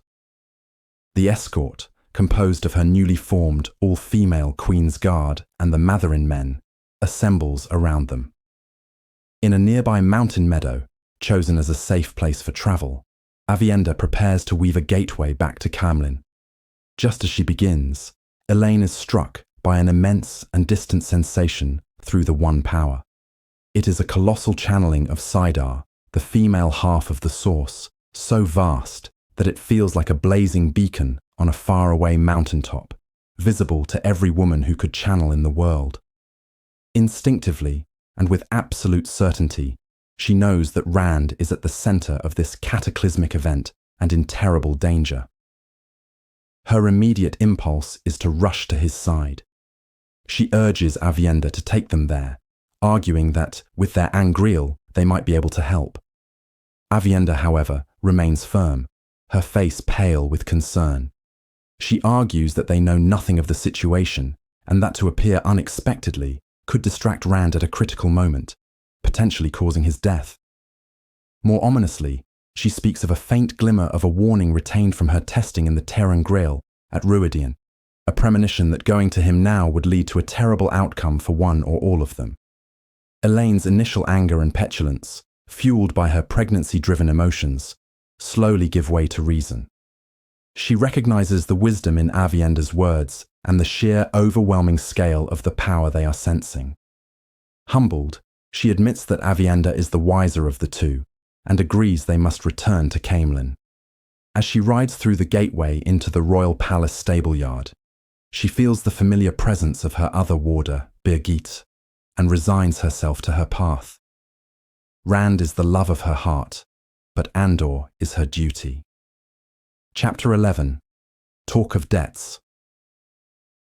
Elaine Trakand materializes from a gateway into the Queen's stable-yard, a space she has cautiously claimed as part of the delicate political maneuvering required to secure the Lion Throne. Internally, she notes the profound silence of the One Power within the palace, an oddity given the number of channelers residing there.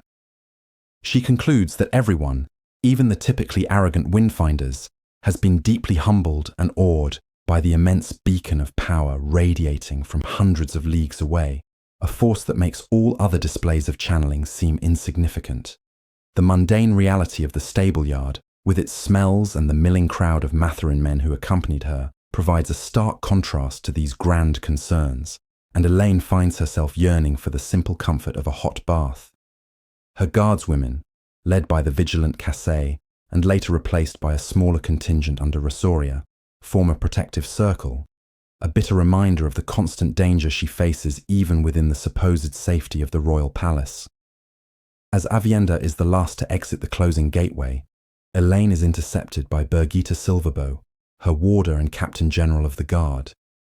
Birgitte immediately begins questioning Avienda about Elaine's recent health, asking if she drank her goat's milk and got enough sleep, which frustrates Elaine. Their unique warder bond, connecting two women, works in both directions, meaning Birgitte can sense Elaine's fatigue and knows she is being untruthful about having slept well. This bond is a double-edged sword. While providing a deep connection, it also subjects Elaine to Birgitte's physical ailments, and she currently suffers from a sympathetic version of Birgitte's hangover, complete with a pounding headache and a sour stomach. Elaine's defensiveness over being caught in a lie is compounded by her attempts to live by the 3 oaths, as Egwene instructed. The conversation shifts to the precarious political situation. Elaine learns that Dylin Taravin has not yet returned. Dylin's mission is crucial, as she is trying to rally support for Elaine among the most powerful houses of Andor. The stakes are perilously high. Custom dictates that 10 of the 19 major houses are needed to claim the throne, but Elaine currently has the firm support of only 2, her own and Dylin's. Her chief rival, Aramilla, has managed to unite 6 houses behind her, creating a desperate need for Dylin to succeed. As they walk through the palace corridors, Birgitte shares that just before Elaine's return, one of the kin, Sumiko, fainted inexplicably, and that all the channelers in the palace, from the kin to the Windfinders, are terrified. Elaine quietly explains that the source of the beacon of power is Rand, cautioning Birgitte to keep the information contained to avoid rampant and dangerous rumors. They soon encounter a group of Aes Sedai, Vandane, Merilila, Carian, and Saritha. Vandana, still consumed by grief over her sister Adeleas's murder, is distant and bleak. The other 3 are openly anxious about the distant power, with Carian suggesting they should be prepared to flee, and Saritha worrying about which books to save from the library. Elaine firmly quells their talk of flight, reminding them of their duty as Aes Sedai to soothe fears, not spread panic, and of the Amyrlin seat's command to remain in Camelin. Their discussion then devolves into complaints about their duties teaching the Windfinders and about Vandene not taking her share of the lessons. The conversation is layered with a dark, unspoken tension, as Elaine knows that Adeleas's murderer is one of these 3 women, and Vandene's search for the killer continues. The group is interrupted by the arrival of Captain Doylan Mellor, a man whose swagger and self-importance are disliked by Birgitte and several of the Aes Sedai. Saritha praises Mellor as a hero for having led a sortie to rescue a group of Lord Luan's men who were ambushed outside the city walls. Birgitte, however, provides the stark military reality. Mellor acted without orders and recklessly left a city gate open. Elaine proceeds to coldly dismantle Mela's story, pointing out that since Lord Luan has not yet declared for her, these 80 rescued men are a liability, not an asset. She publicly rebukes him for his foolishness and assigns him the tedious duty of watching over the men he brought in, leaving him stunned and furious. When Saritha questions her harshness toward a man who saved her life, Elaine cryptically states that she never avoids paying her debts. As she dismisses everyone to finally seek her bath, this final thought lingers, applying equally to the life debt she owes Mela and the debt of justice she intends to see paid by her friend's killer. Chapter 12. A Bargain. Upon returning to her apartments, Elaine finds herself momentarily waiting in a hallway while her guardswomen, led by Rosaria, conduct a thorough search of her rooms for any potential assassins. Once the area is secured, she enters her bedchamber to find that preparations for her arrival have already been made, a testament to the uncanny efficiency of the palace servant network. Her headmaid, the dignified and elderly Asanda, is present with 2 young trainees, the sisters Naris and Sephany. The room is warmed by a robust fire, and 2 copper bathtubs have been set out on protective toweling, awaiting the hot water that is promptly summoned. Avienda eyes her own tub with a degree of hesitation, while Asanda shows subtle disapproval of Birgitta's presence during such a private moment. In the dressing room, Elaine feels a profound sense of relief as Asanda helps her out of her riding attire. She is finally home, a feeling that allows her to momentarily push aside her deep-seated anxiety about the mysterious beacon of light shining in the west. A comical scene unfolds as Avienda, fiercely independent, initially refuses help from Naris with her garments and hair towel, only to relent after several failed attempts to wrap the towel herself, leading to shared laughter between her and Elaine. Once they are settled into the steaming, rose-scented baths, Birgitta, sitting on a chest at the foot of the bed, begins her report, careful to mind her words in front of the maids. She speaks of the continued success of the city's supply lines, detailing the arrival of large merchant caravans from Tyr and Ilion, brought through gateways. This strategy ensures that Caemlyn remains well-fed, while the forces of the noblewoman Aramilla, who besiege the city, are cut off from such resources. Birgitta mentions that the Tyrian High Lord Darlin is himself besieged in the Stone of Tyr, but that this conflict does not impede the flow of grain, partly because the rebellious nobles mistake the kinswomen assisting the Windfinders for full Aes Sedai. Elaine's thoughts drift to her brothers. She yearns for Gawain's return, not just for personal reasons, but because his military training would be invaluable in managing the proud and quarrelsome mercenary captains currently defending the city. More urgently, she worries for his safety in the White Tower, caught between his oath to Elaida and his love for Egwene, who is now besieging Tar Valon. She fears what might happen if Elaida discovers Gawain helped the former Amil and Siwan to escape. Her feelings toward her other brother, Galad, have also grown more complex. She recalls her childhood resentment, but now acknowledges his unwavering, if difficult, sense of justice, realizing he once risked starting a war to rescue her and Nynaeve. She finds herself surprised to be hoping for his safe return, almost as much as for Gawain's. Birgitte continues her report, mentioning the ever-shifting contingent of Aes Sedai staying at the Silver Swan Inn, a presence that bolsters public perception of White Tower support for Elaine. However, Elaine finds their presence unsettling. The constant rotation of sisters, combined with a recently overheard and quickly silenced mention of the name Cadsuane, fuels her suspicion. She speculates that the sisters who have not declared for either Egwene or Elaida may be forming their own clandestine network, a potentially powerful third faction in the Tower's conflict. This thought is interrupted by a sudden commotion in the corridor. Birgitta storms out to investigate, only to be forcefully pushed back into the room by Zaida din Parede, the formidable wave mistress of Clan Catelar, who enters, followed by 2 of her Windfinders. Avienda instantly leaps from her bath, dripping wet and surrounded by the glow of Saidar, ready for a confrontation. Zaida, exuding an aura of absolute command, ignores the tense atmosphere and informs Elaine that the mistress of the ships, Nesta Din Reyes, has been killed by the Shon Chan. Consequently, the sea folk must gather to select a successor without delay. She then drops a bombshell. She intends to leave immediately and is taking the Aes Sedai who were promised as teachers, including Merilila and any she can recruit from the Silver Swan. This declaration presents a catastrophic problem for Elaine, as it would mean the loss of the Windfinders essential for creating the gateways that supply Caemlyn. Furthermore, approaching the sisters at the inn would expose the secret bargain Elaine made, a revelation that would surely anger Egwene. Thinking quickly, Elaine invites the seafolk women into a sitting room to negotiate.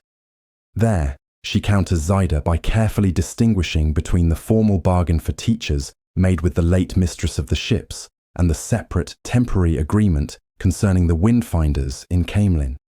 She argues that if the Windfinders depart, the obligation to provide teachers is suspended until the Emirlin officially sends them. Though she is forced to concede that Merilil must go, as she was part of a prior agreement, Elaine's gambit works, forcing Zyda to bargain.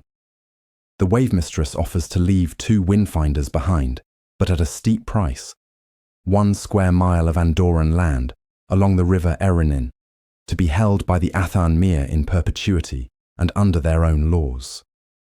Though shocked by the unprecedented request for sovereign territory so far inland, Elaine immediately grasps the immense long-term economic advantages for Andor. Masking her interest, she begins a ferocious haggling process, initially demanding all 21 Windfinders in return. The negotiation is tense, but it becomes clear that Zyda is as desperate to secure the land as Elaine is to keep the Gateway Weavers. They eventually reach an accord, sealed under the light. In exchange for the square mile of land, Zyda agrees to leave 9 of her 14 available Windfinders in Caemlyn until Elaine's crown is secure. They will be under the command of Chanel and ultimately under Elaine's and Birgitte's authority. Despite her victory in securing the city's lifeline, Elaine's thoughts return to her duty as a future queen and the persistent, worrying glow of the beacon in the west. Chapter 13. High Seats. The chapter commences immediately following the departure of Zyda and the 2 Windfinders from Elaine's private quarters. Elaine reflects on their hasty exit, interpreting it as a sign that Zyda is eager to outmaneuver a rival for the position of mistress of the ships. Elaine considers the political implications, noting that if Zyda succeeds, it could be beneficial for Andor due to the assistance she received, but also acknowledges the risk if Zyda fails. Once the seafolk are gone, Elaine gently but firmly reprimands her guard, Rosoria, for allowing the ambassadors to enter her rooms unannounced, stressing the need for privacy.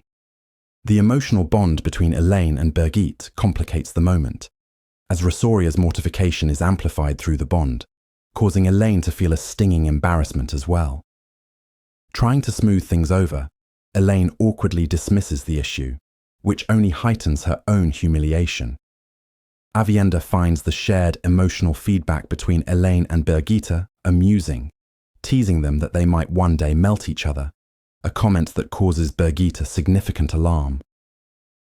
Deciding to move on, Elaine finds her bathwater has grown cold and forgoes the pleasure of a longer soak in favor of her duties, recognizing that the demands of ruling must come before personal comfort.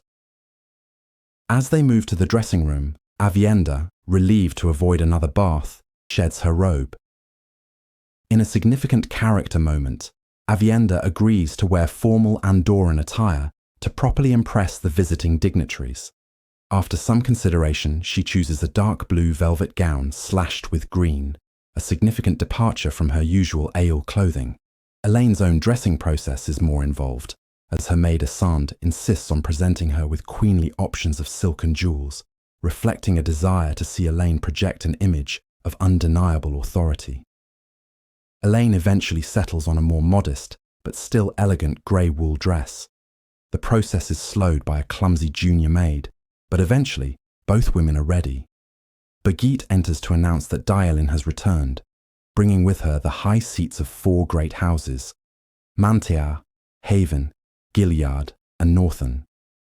Elaine is initially overcome with joy, as this support gives her a standing equal to that of her rival, Arimilla. She quickly changes into a more regal green silk gown with sapphires to receive them in the formal sitting room. However, upon entering, her elation turns to stunned dismay. The room contains Dielin and 4 individuals who are shockingly young. Lord Perival of House Mantiar is a small boy. Lady Catelyn of House Haven is a girl barely a woman. Lord Branlet of House Gilead is another boy whose voice breaks when he speaks. And Lord Conail of House Northern, while the oldest, is a teenager barely past 16. Elaine understands Birgitta's earlier puzzlement, realizing that while she has gained the support of 4 houses, she has been given children to lead them.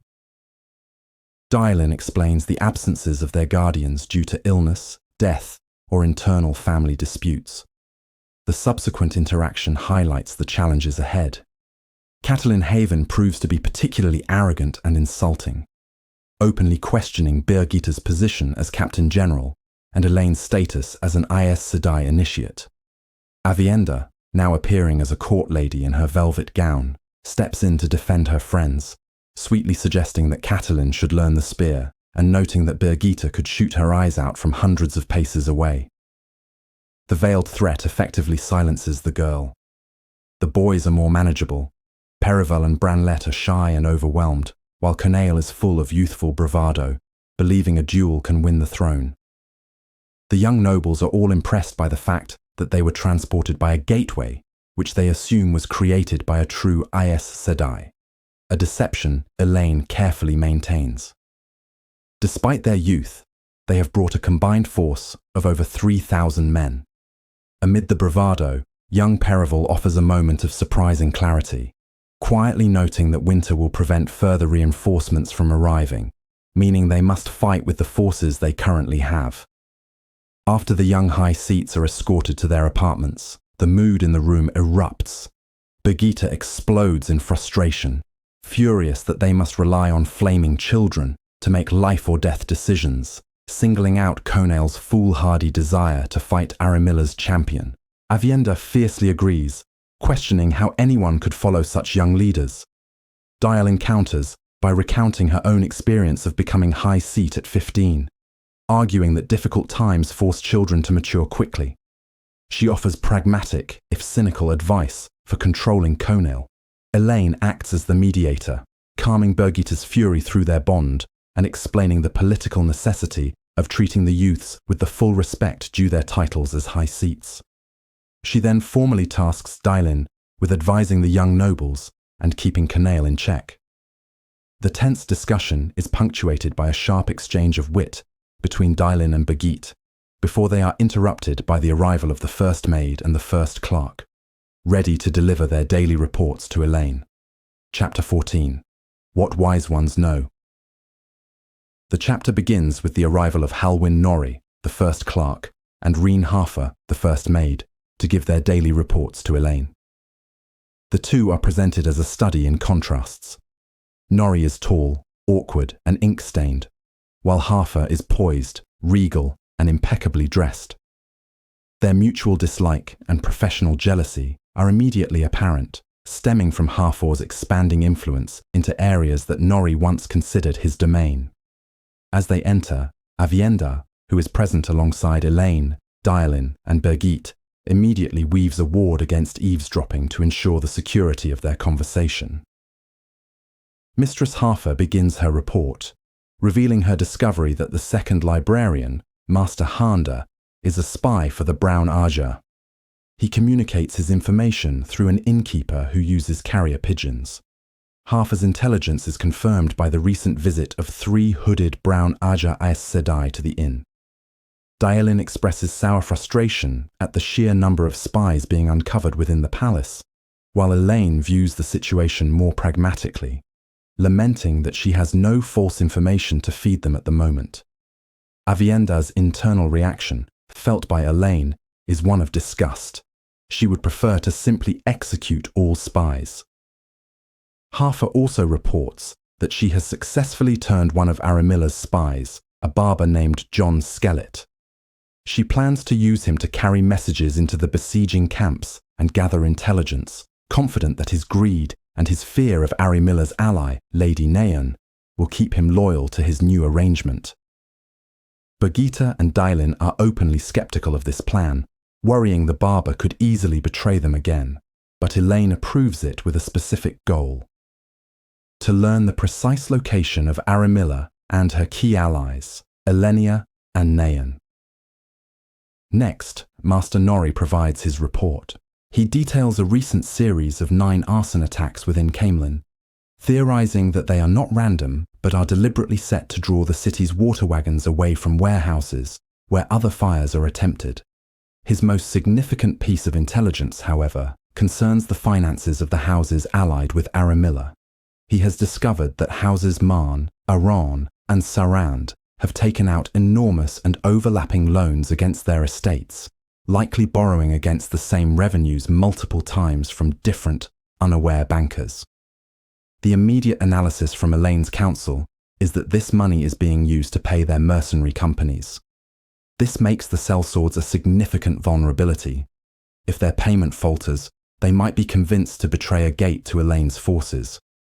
Birgitte immediately formulates a plan to mitigate this risk by irregularly rotating the mercenaries' guard posts, making it harder for them to coordinate a betrayal. After Nori and Harfor depart, Avienda reveals that someone unsuccessfully attempted to listen through her ward. The conversation then transitions into a more private strategic session. Birgitte unfolds a well-worn map of Andor, and the group discusses the military and political situation. They learn that the army of Borderlanders, whose arrival Elaine plans to use as a political tool to pressure uncommitted nobles, is moving much slower than anticipated and appears to be settling into winter camps. This development delays Elaine's plans. They also discuss the 6 major houses that remain uncommitted.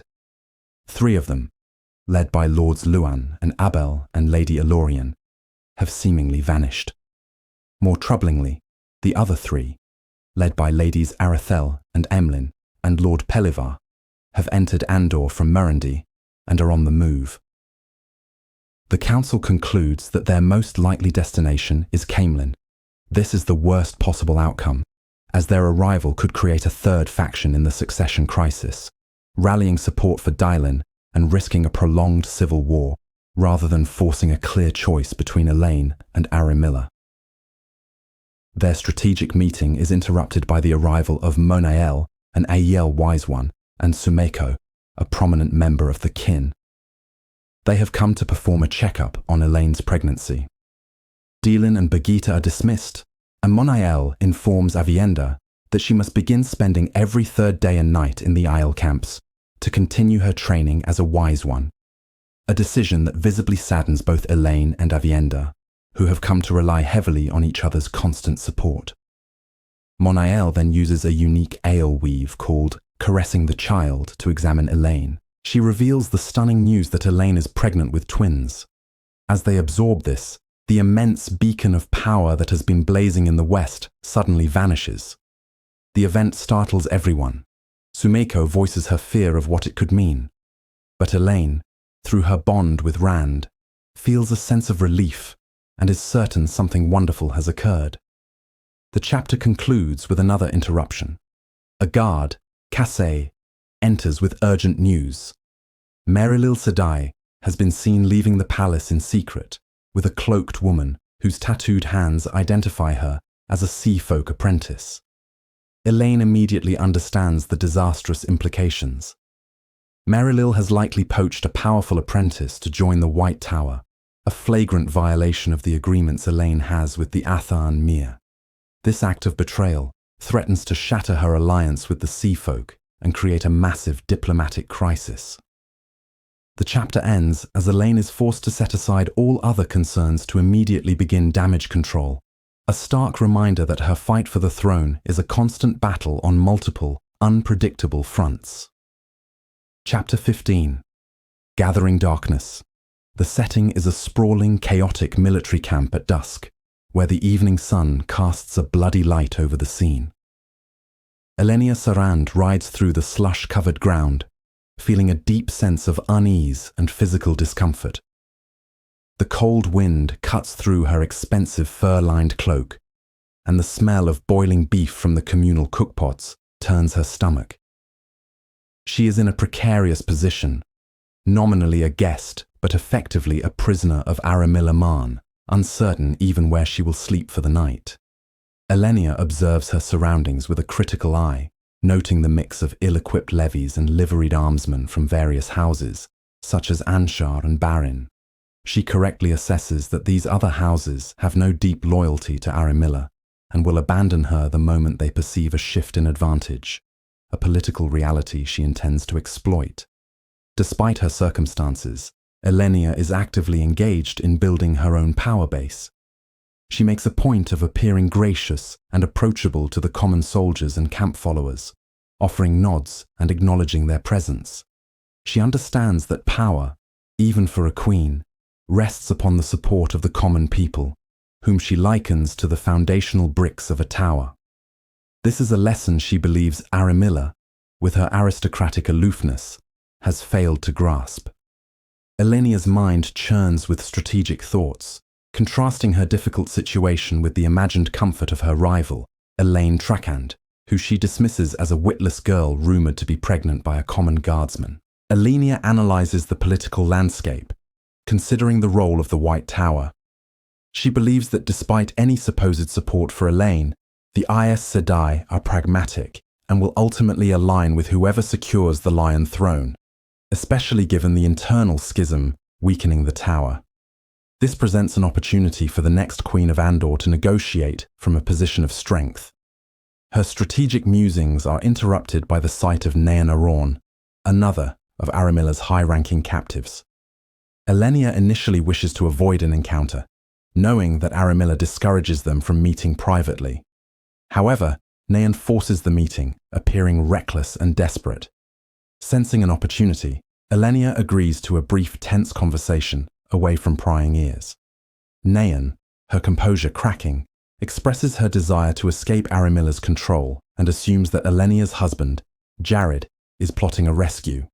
She proposes an alliance, suggesting it would be best for everyone if she were included in any escape plan. Elenia seizes this moment of weakness with calculated ruthlessness. While pretending to be an honourable wife bound by the same pledge her husband signed, she subtly manipulates the conversation. She plays on Nayan's fears, particularly those related to Aramilla's Tarrabona torturer, Jack Lunalt. When Nayan offers to pledge the support of House Aron in exchange for her freedom, Elenia presses her advantage. She demands that Nayan provide a letter, written in her own hand and sealed with her house signet, formally repudiating her support for Aramilla and swearing fealty to Elenia for the throne. Elenia knows that the existence of such a document would be political ruin for Nayan if it were ever made public, effectively putting Nayan entirely under her control. Terrified and seeing no other way out, Nayan agrees to provide the letter. The encounter leaves Elenia feeling triumphant, her spirits lifted for the first time since her capture. She now sees a clear path forward, believing Nayan's allegiance will be the key to bringing other powerful houses to her side. Her buoyant mood is shattered by an encounter with the elderly and insane Lord Naseen of House Karen. Naseen, whose house is the most powerful in Andor, accosts her with ludicrously flowery language, believing he is her betrothed and threatening to challenge her husband. Elenia is forced to carefully maneuver both her horse and her words to fend off the addled but dangerous man without causing a scene or a diplomatic incident with his numerous armsmen. Her ordeal is ended by the arrival of Aramilla and her sycophantic entourage. Aramilla, with a sickeningly sweet demeanour, distracts Naseen by offering him her own maid for the night, a depraved act that Elenia finds revolting. In the ensuing conversation, Elenia is forced to humble herself before the foolish Aramilla, feigning gratitude for her rescue and agreeing to write a letter to her husband expressing her contentment. The interaction culminates in a shocking announcement from Aramilla, who casually informs Elenia and Nayan that they will be sharing a bed that night due to a shortage of tents. This news strikes Elenia with a wave of paranoia and fear, She questions if Aramilla somehow knows of their secret meeting, and if this is a trap designed to spy on them. The possibility that even her own loyal maid Janny could be an informant flashes through her mind. The chapter's first half concludes with Elenia, though outwardly smiling and agreeable, coldly contemplating the necessity of murder to secure her path to the throne, weighing whether Aramilla or Nasine should be the first to die. The second half of the chapter shifts perspective to a man known as David Hanlon, who is walking through the dark, frozen streets of Caemlyn. Hanlon, a captain in the Queen's Guards, is secretly a dark friend operating under deep cover. He moves with a predator's confidence, his presence alone enough to deter the common footpads lurking in the shadows. His mind is troubled by the complex and unsettling politics within the royal palace, particularly the strange power dynamics between the Aes Sedai, the imperious sea folk, and a mysterious group of channelers called the Kin. He feels that the situation is volatile and dangerous.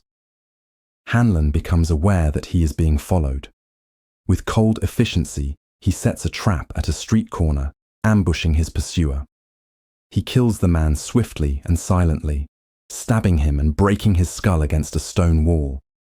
He then methodically stages the scene to look like a robbery, wiping his blade, rifling through the man's pockets, and cutting off his purse to create a plausible motive for the city watch.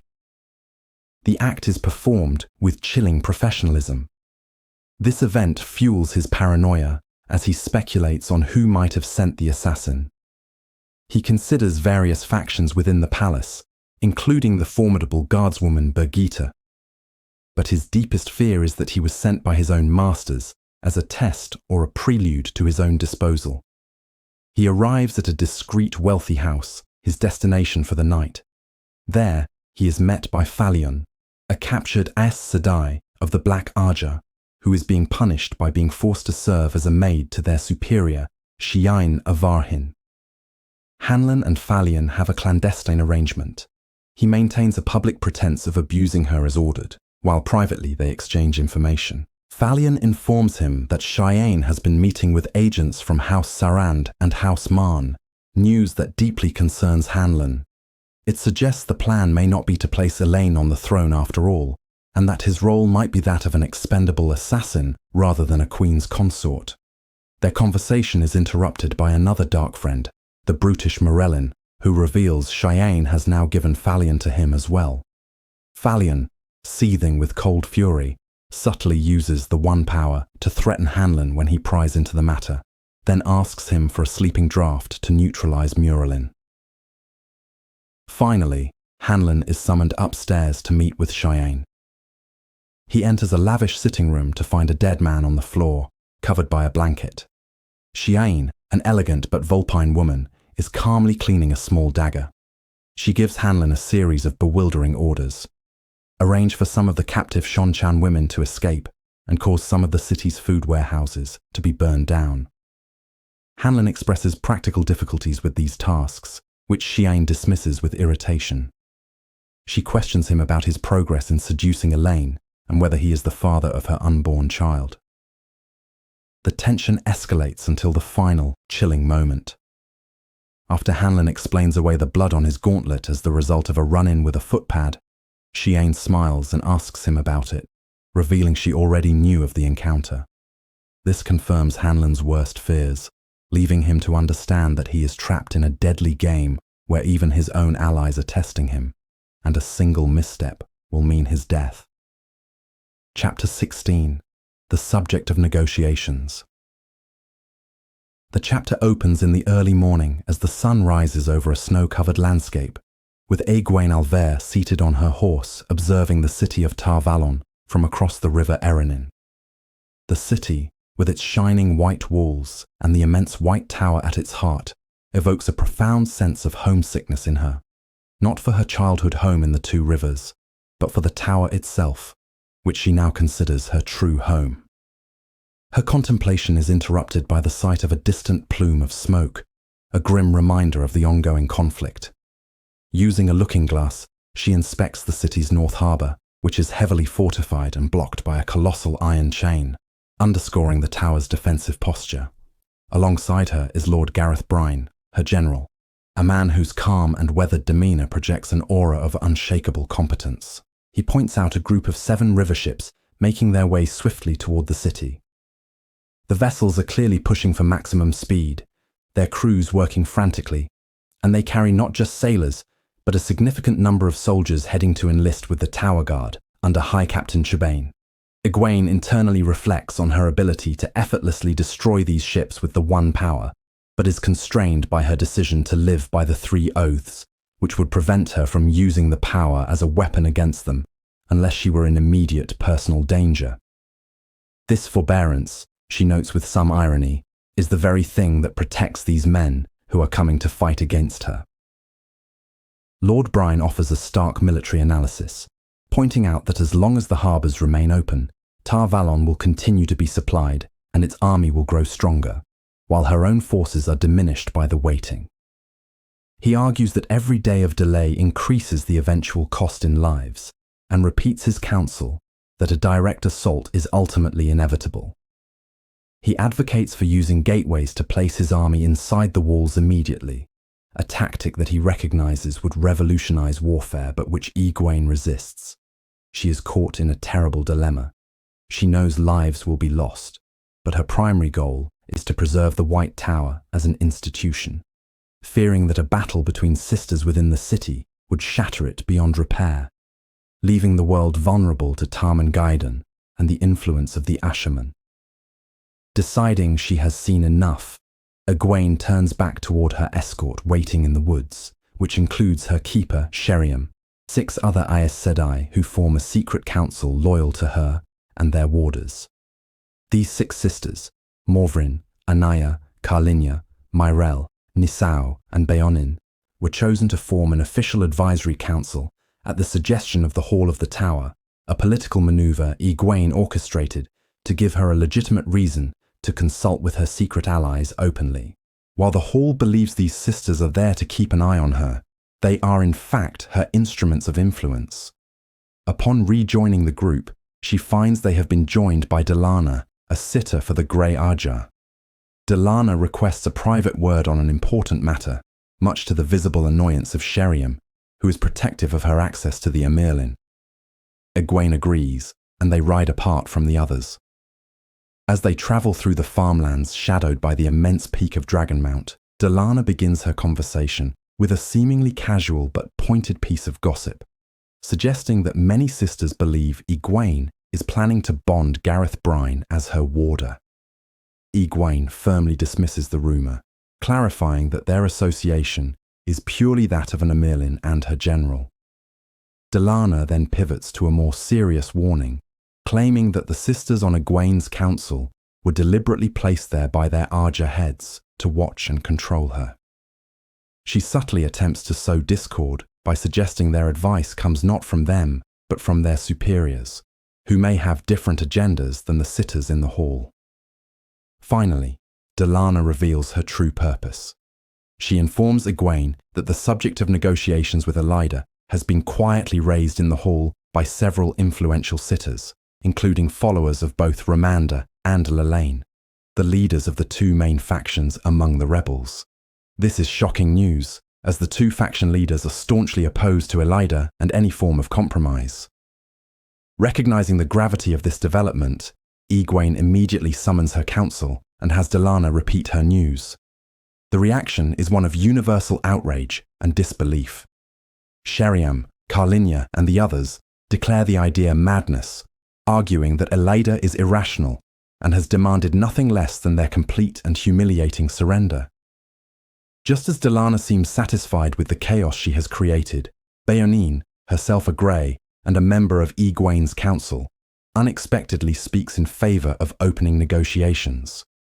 She argues that recent events, such as the massive, unexplained eruption of the power, suggest the Forsaken are active and that the White Tower must be reunited at any cost.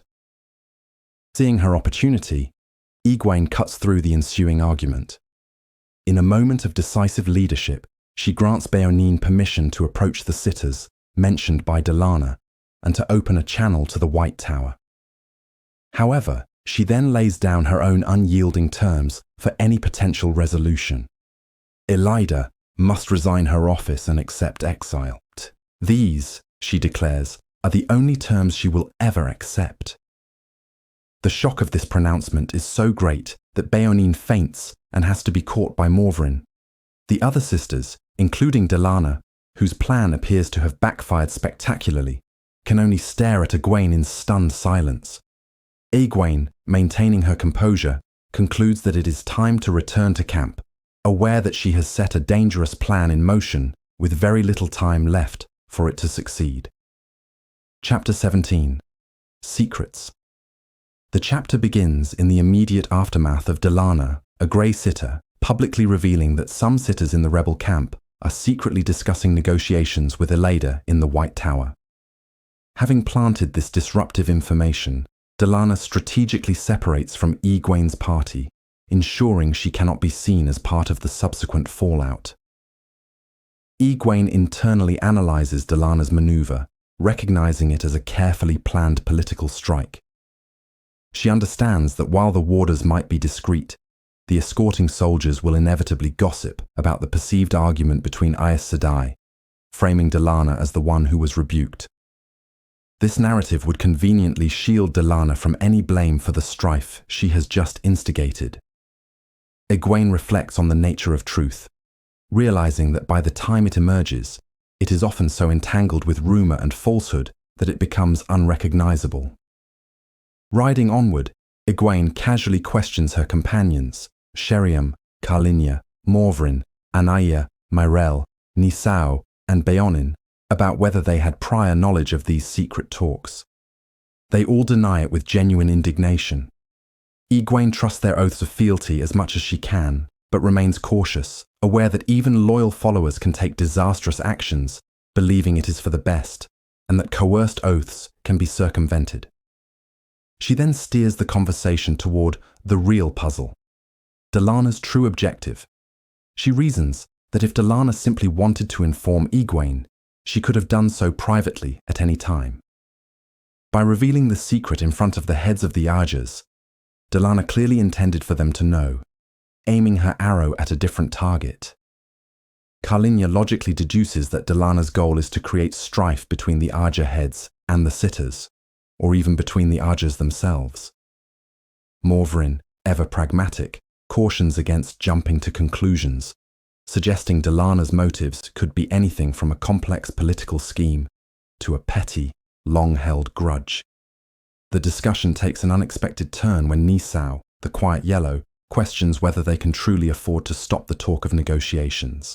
This startles the other sisters, particularly Anaya, who reacts with cold fury at the suggestion of parleying with Elida. Nisao clarifies her point with cutting logic. While the talk is currently limited to a few sitters, if word spreads that Egwene rejected the possibility of talks, despair could set in. The rebellion has been camped outside Tar Valon for weeks with no visible progress, and morale is a significant concern. The longer they wait, the more sisters might begin to rationalize Elida's actions and yearn for a mended tower, potentially leading to a slow trickle of defectors.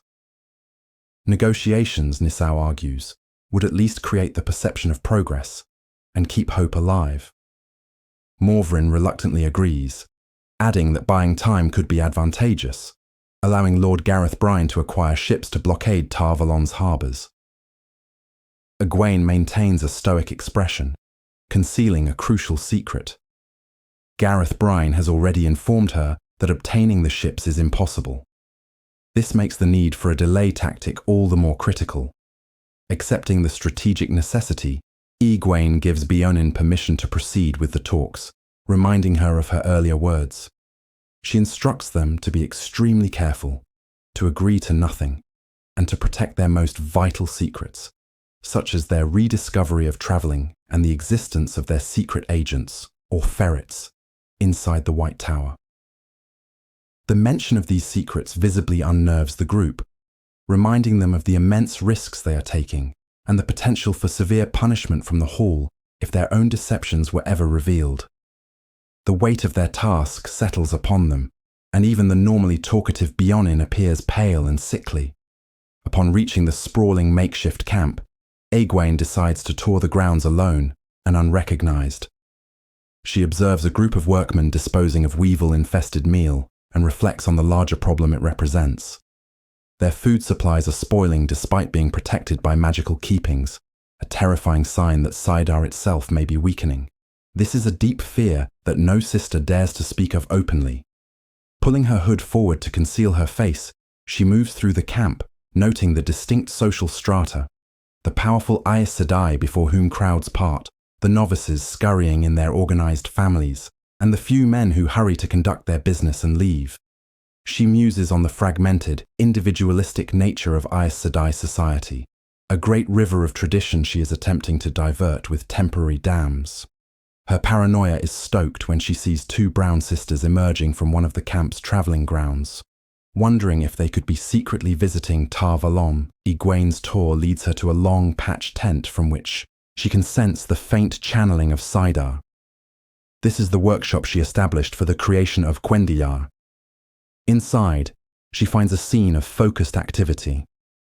Novices and a few Aes Sedai, including Chiron and Ashmanaile, are performing the complex weaves that slowly transform iron objects into the unbreakable, white heartstone. The process is being observed by Tiana, the mistress of novices, and two sitters, the enthusiastic Janya and the disapproving Salita. A debate quickly ensues. Salita expresses her disdain for what she sees as Aes Sedai engaging in common trade, making trinkets for sale. Tiana worries that the weaves are too advanced for novices and could lead to them overreaching and injuring themselves. Janya, however, is captivated by the discovery and argues for its practical necessity, pointing out that the income is vital for paying the army. The tense atmosphere is interrupted by Sharina, a uniquely authoritative, grey-haired novice who calmly dismisses another novice, Nicola, from her work. This brings the conversation to the problems surrounding Nicola. The sisters discuss how Nicola, who has the talent of foretelling, has been manipulating this ability with the help of her friend Arena, producing convenient prophecies that suggest she should be advanced more quickly. Salitar reveals that Nicola is also deceitful and insatiably curious, having been caught eavesdropping and attempting to spy on the travelling weave. Egwene listens, concealing her own fraught history with the two women, who once attempted to blackmail her. She is suddenly horrified by a fleeting thought, remembering Siwan's suggestion that the two should have been quietly killed, and is shocked at how far she has travelled morally from the girl she once was. Finally, Egwene turns her attention to Chiron, one of the Aes Sedai working on a goblet. She notes that Chiron's skill is improving, but is still far too slow. The truth of the entire operation, the chapter's central secret, is revealed in Egwene's internal thoughts. The production of Cuendillar is not primarily about raising money. It is a cover, a training exercise for a specific, vital purpose. She needs Chiron and Lean to become masterfully fast at this particular weave for a future plan. Anything less than near instantaneous speed will result in disaster. The negotiations with the White Tower are not just about morale, they are a crucial gambit to buy the time Chiron needs to perfect her skill.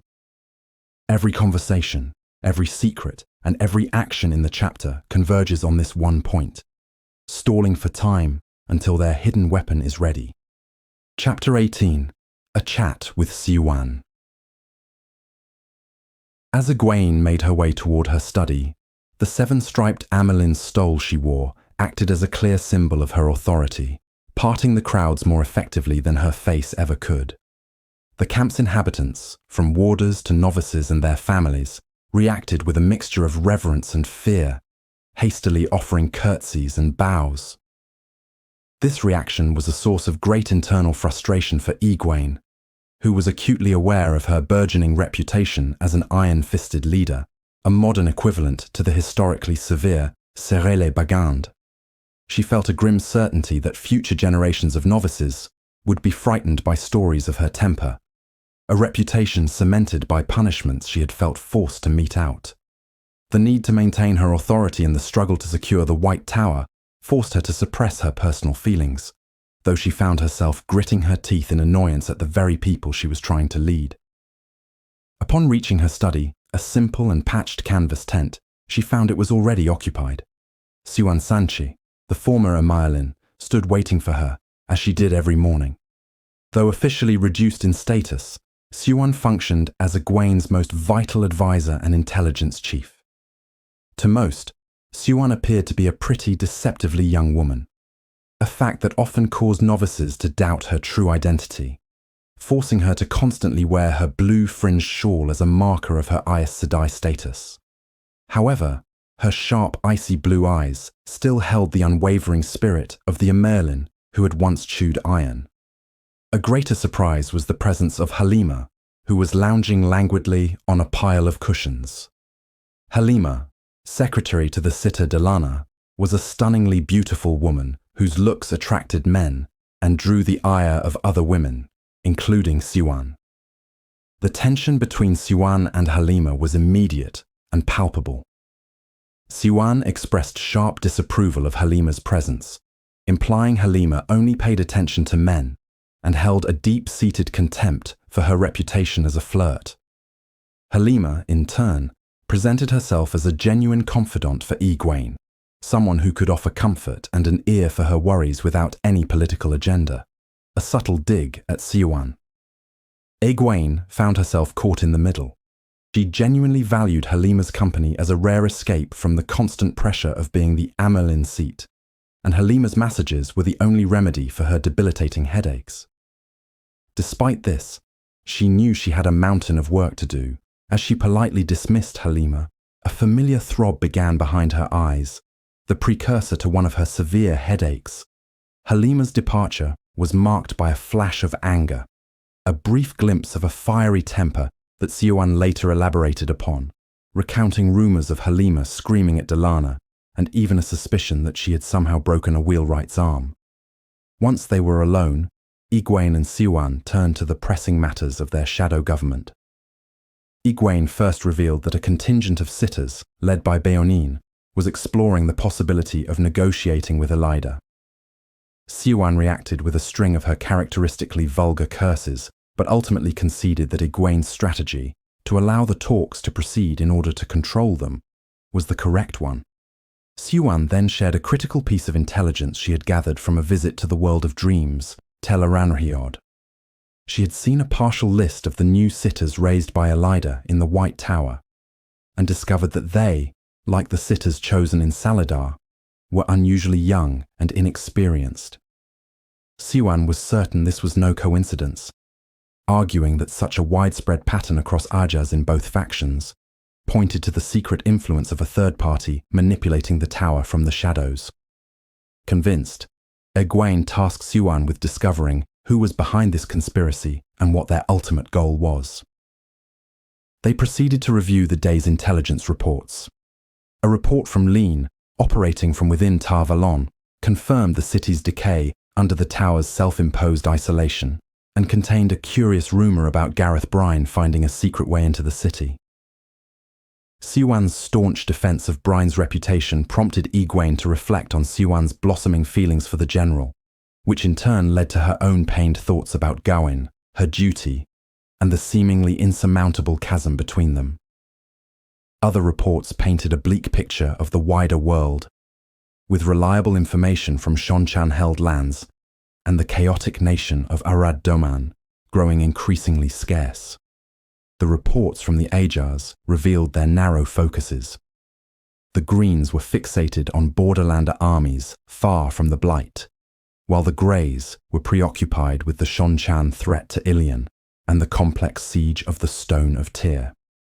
This discussion led Siwan to warn Egwene that her own secrets, particularly her radical bargain with the Sea Folk and her plans for the kin, could not be kept hidden forever.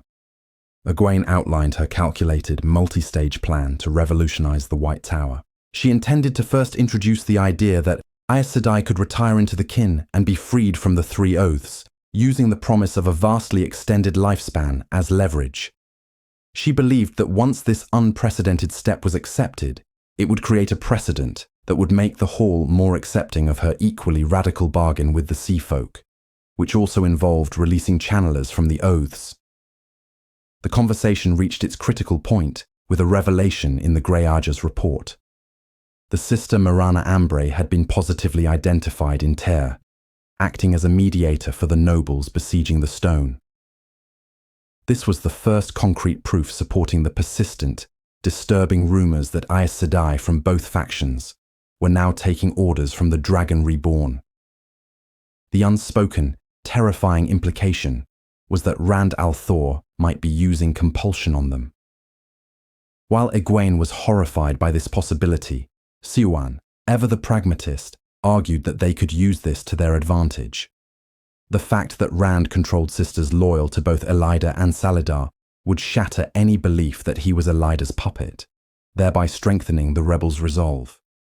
As they discussed this, and the equally shocking presence of the legendary Cadsuane Melaidrin with Rand, Egwene felt a deep moral revulsion at the idea of using such a dark possibility for political gain.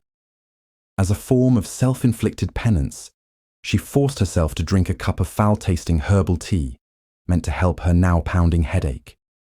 Just as she finished, 2 other sisters arrived to announce that a group of envoys had returned, and the hall of the tower was being formally convened to hear their report, forcing Egwene to prepare to face them while burdened by physical pain and the moral weight of her own complex schemes. Chapter 19. Surprises. The hall was sitting without the Amailin, a breach of custom, but not law, and Egwene Alver knew that the surprise being planned by Moria and 2 other sitters was likely to be a poor one.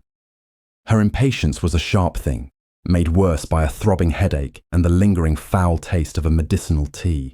While she waited for Siuan to fetch her keeper, Sheriam, so she could be properly announced, Egwene was subjected to the anxious speculations of the 3 Aes Sedai assigned to watch her.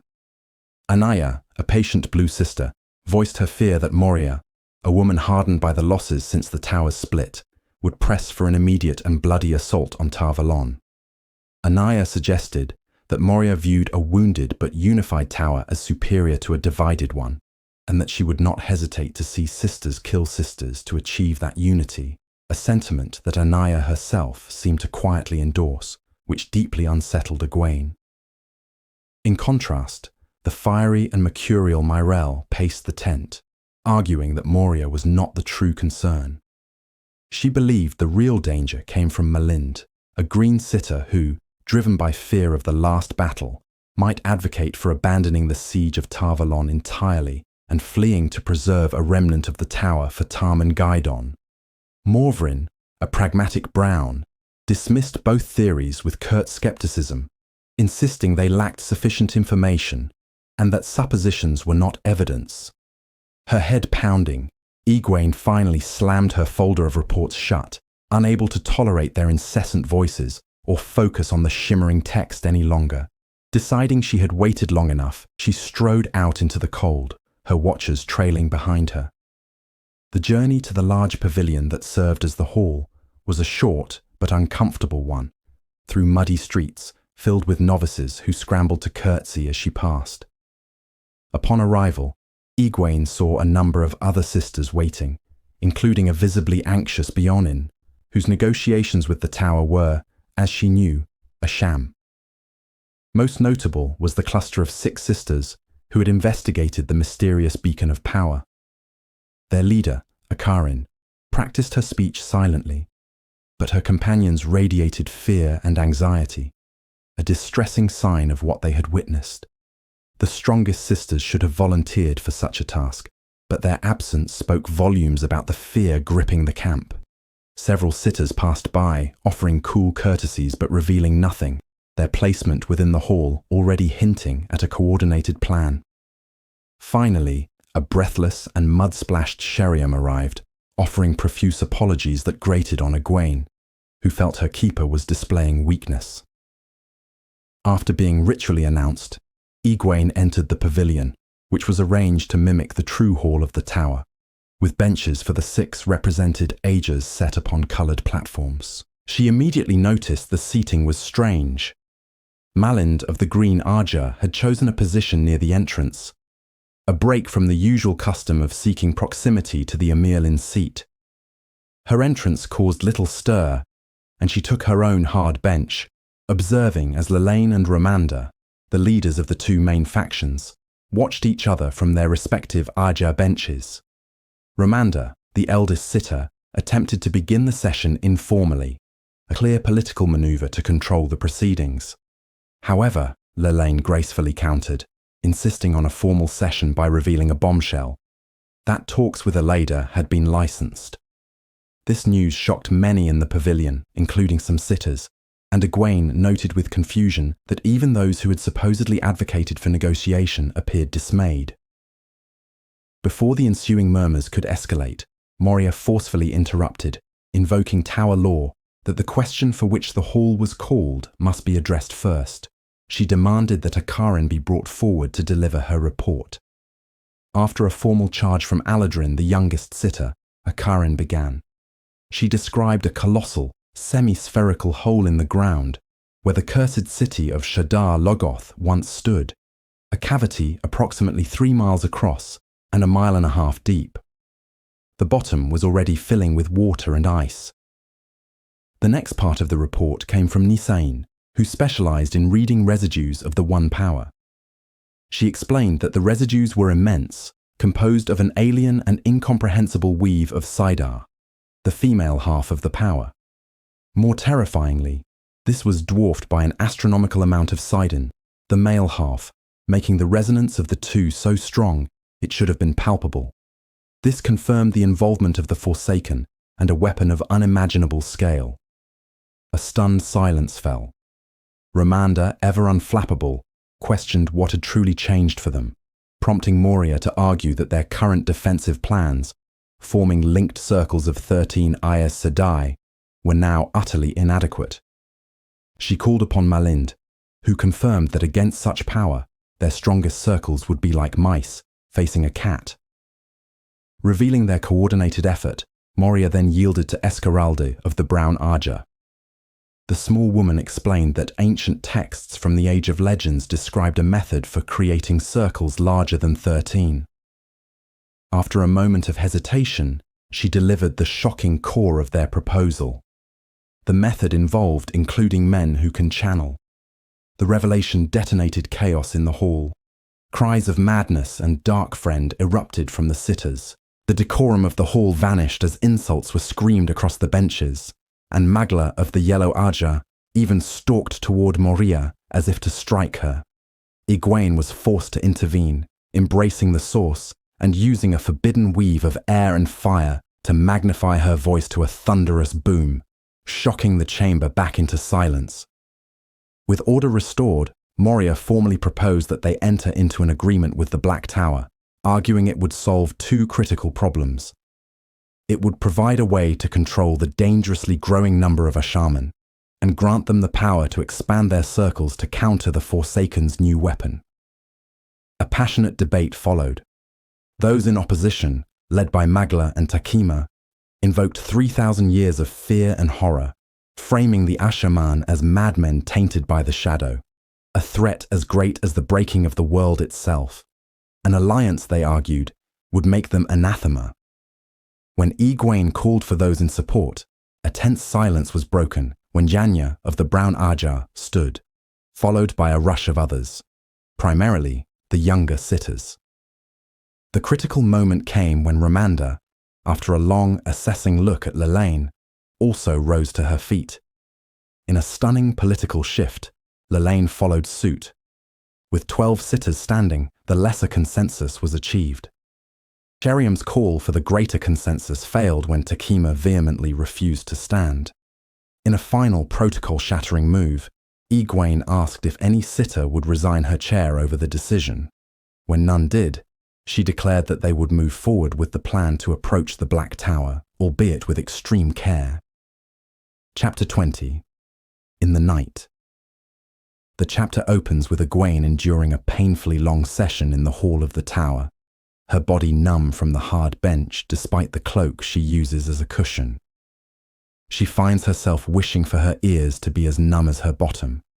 as she is forced to listen to a seemingly endless and circular debate among the sitters.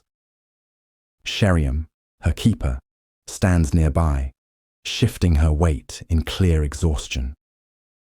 Egwene knows she has the authority as Amelin to leave at any time, but she remains, fearing that if she departs, the Hall will concoct and enact a plan concerning the Black Tower without her knowledge, presenting her with a decision that has already been made. Her initial anxiety revolves around this potential loss of control over a critical negotiation.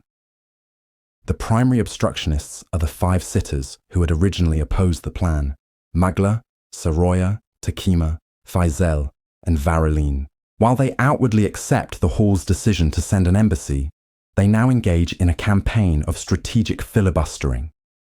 They meticulously pick apart every proposed detail, from the number of sisters to be sent and their Aja representation, to the specific terms of negotiation.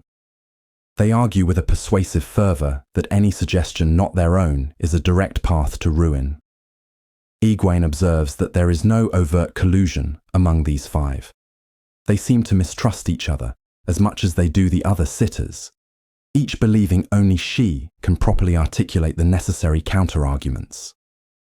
This chaotic environment is further complicated by the various Ajas jockeying for leadership of the mission, with each presenting a self-serving rationale for why their particular skills are uniquely suited for the task. The arguments become so granular and repetitive that they wear down not only Egwene, but also the other sisters observing, who drift in and out of the hall as the hours drag on. By the time night has fallen and the session finally concludes, absolutely nothing has been decided beyond the initial agreement to talk further. As Egwene walks back to her tent through the frigid night air, she observes Ramanda and Lelaine, typically rivals, walking together and continuing the day's argument with raised voices. The delay, however, secretly suits Egwene's own purposes, and she finds herself smiling because, amidst the cacophony of the debate, her persistent headache has completely vanished. She reflects on how this is a better remedy than Halima's massages, which, while effective, always lead to dark and deeply troubled dreams that she can never recall upon waking. In her tent, she is met by her maid, Chessa, who scolds her in a motherly fashion for neglecting to eat all day. Chessa firmly believes that Egwene's headaches stem from an empty stomach and insists she eat her cold dinner. Egwene, humouring her, uses the one power to warm the congealed stew and finds she has a larger appetite than she realised, finishing the entire meal. As Egwene prepares for bed, Chessa expresses her profound unease with Halima, describing her feeling around the woman as unsettling, comparing it to the sensation of being watched or stalked. Once alone, Egwene does not immediately sleep, but instead enters a light trance, navigating the infinite space between the waking world and Tel'aran'rhiod, which appears as a vast sea of glittering lights representing the dreams of all people. She demonstrates her immense skill by doing this without a ter'angreal. She steers clear of Rand's shielded dreams and resists the pull of Goynes before locating the dream of Elaine. She sends a brief mental message, summoning her to their usual meeting place, then fully enters the world of dreams. She appears in a reflection of the small, abandoned room in Salidar that once served as the Amerlin's study. After a long wait, it is Avienda who appears, not Elaine. Avienda explains that Elaine's pregnancy with babes, plural, is preventing her from using the dream ter'angreal. Egwene is momentarily taken aback by the confirmation of multiple children and finds herself slipping into a judgmental Two Rivers mindset before consciously reasserting her role as Amelin. Their discussion centres on the impending arrival of Aes Sedai in Caemlyn once the embassy to the Black Tower is underway.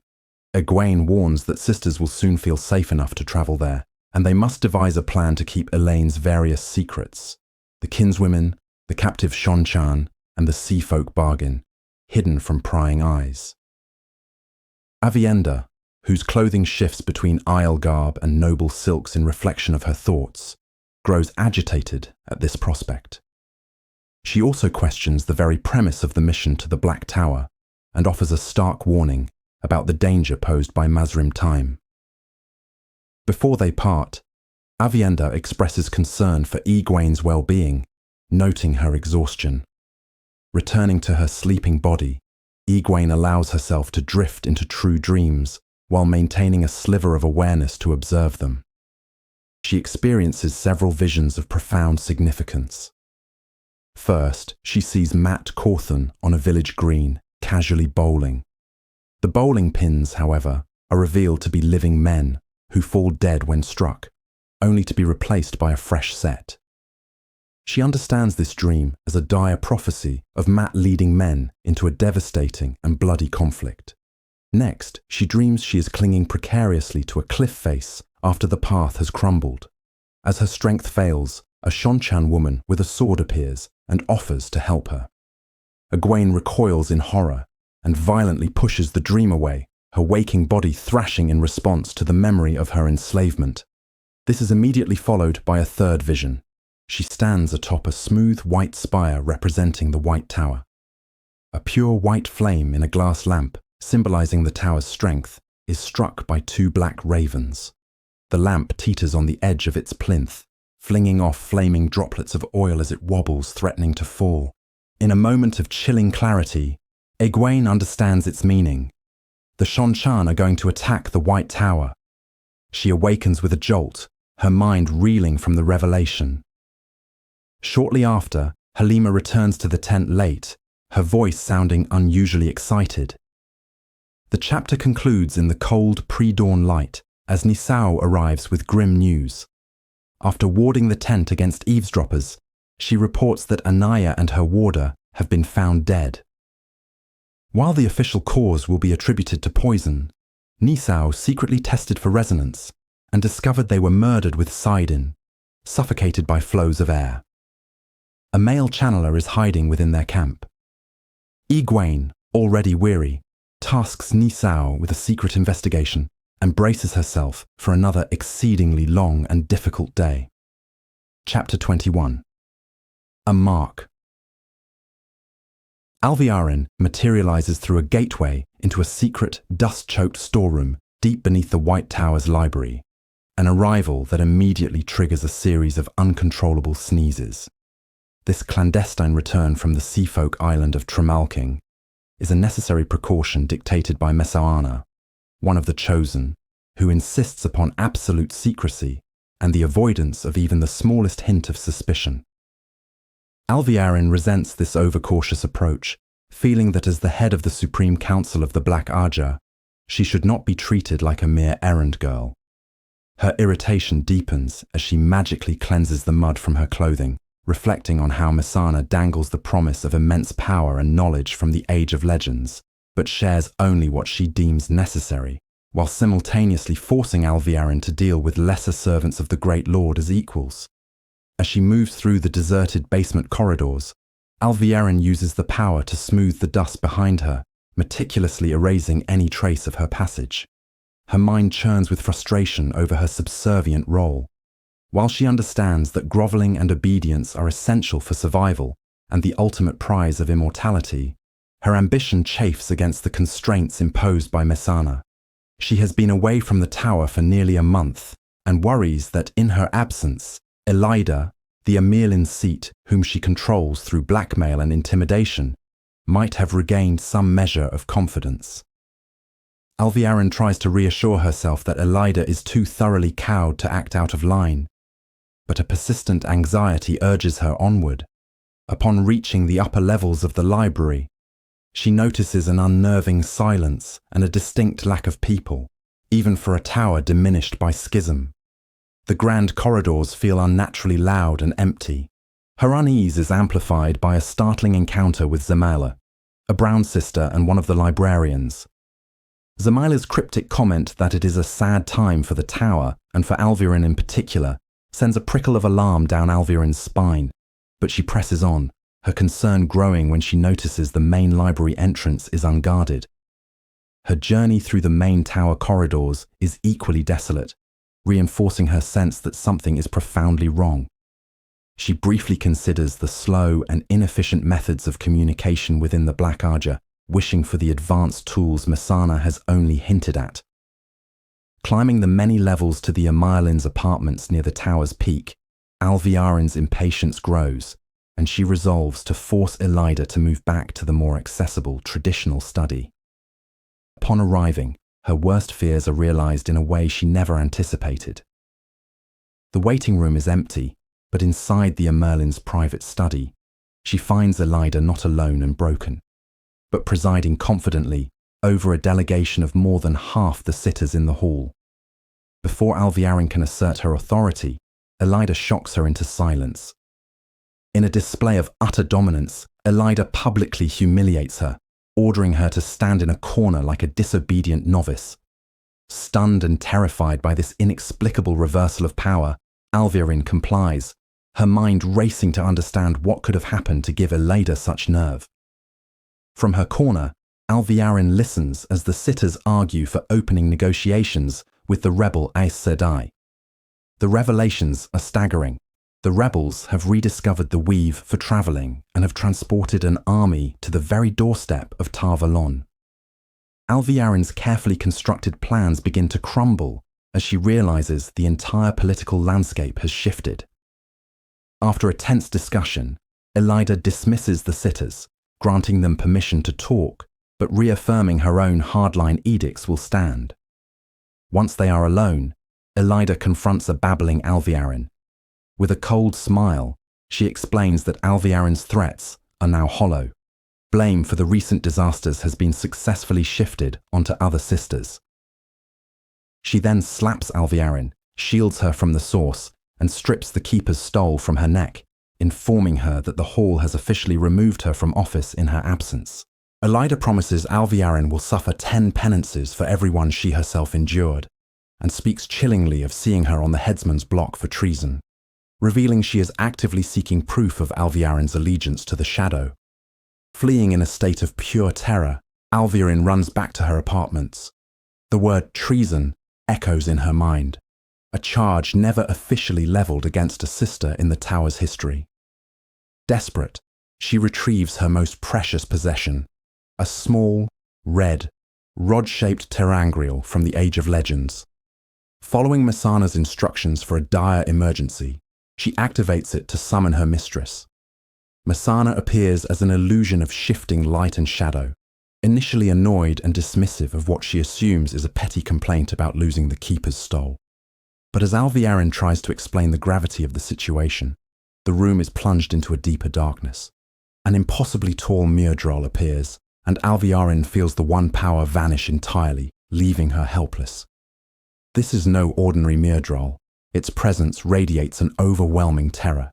It speaks, its voice grating and ancient, revealing itself to be the Dark Lord, Shaitan, and contemptuously refers to itself as the Hand of the Shadow. He has come because Mesaana ignored a summons. As punishment, he binds the terrified Chosen in black fire, silencing her screams with a ball of the same dark flame. The Great Lord then turns his attention to Alviarin. He touches her forehead, marking her with an invisible brand of burning cold and declaring her his own. He gives her a direct command. She is to discover who is hunting the Black Aja and deliver them to him. He assures her that Mesaana will no longer harm her without his permission. With a final command to leave, he sheds his Myrddraal form as Alviarin scrambles from the room, leaving Mesaana to her horrific punishment. Alviarin finds herself at the top of a grand staircase, shaking and gasping for breath. Her world has been irrevocably shattered and remade. She is marked, a direct instrument of the Great Lord, tasked with a mission of survival.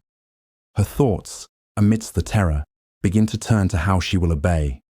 Her strategic mind seizing on the odd behavior of Talene, a fellow black sister, during the meeting in Elida's study as a potential starting point. Chapter 22. One Answer. The chapter opens with Pavara, a sitter for the Red Aja, observing her unexpected guest, Tana Fair, in her private quarters. Pavara is immediately wary, her suspicion rooted in Tana's connection to the disgraced Black Aja sister Galena, and the fact that the Amerlin, Elida, trusts her. A major red flag for Pavara, who is secretly hunting the Black Aja. Tana seems uncharacteristically nervous, expressing unease with her new role as Keeper of the Chronicles, a position she claims Elida forced upon her. The conversation takes a personal turn when Tana brings up Pevara's reputation for being unconventional, specifically referencing a rumor that Pevara once expressed a desire to have a warder. Tana then reveals the source of her anxiety, recounting her harrowing journey back to the tower. She explains that her frantic pace led to a chance encounter in Mirandi, with a group of 6 Ashaman openly recruiting men to follow the Dragon Reborn. 2 of these men were even testing locals for the ability to channel, using phrases like, "wield the lightnings." The sheer number of channelers sent to one small area convinced Tana that the tower's current approach is inadequate, and that the Ashaman represent a crisis far greater than Elida acknowledges. Based on this experience, Tana presents a startling and radical solution. She argues that the Red Aja must take the lead in bonding these male channelers as warders. She posits this as the only viable method for controlling them, a necessary risk that only the Red Aja is prepared to take. Pevara is left speechless by the proposal, which goes against the very foundation of her Aja's purpose. In the chapter's final moments, seeking to counter Tana's argument, Pevara reveals a secret message from another sister, Tovain Ghazal.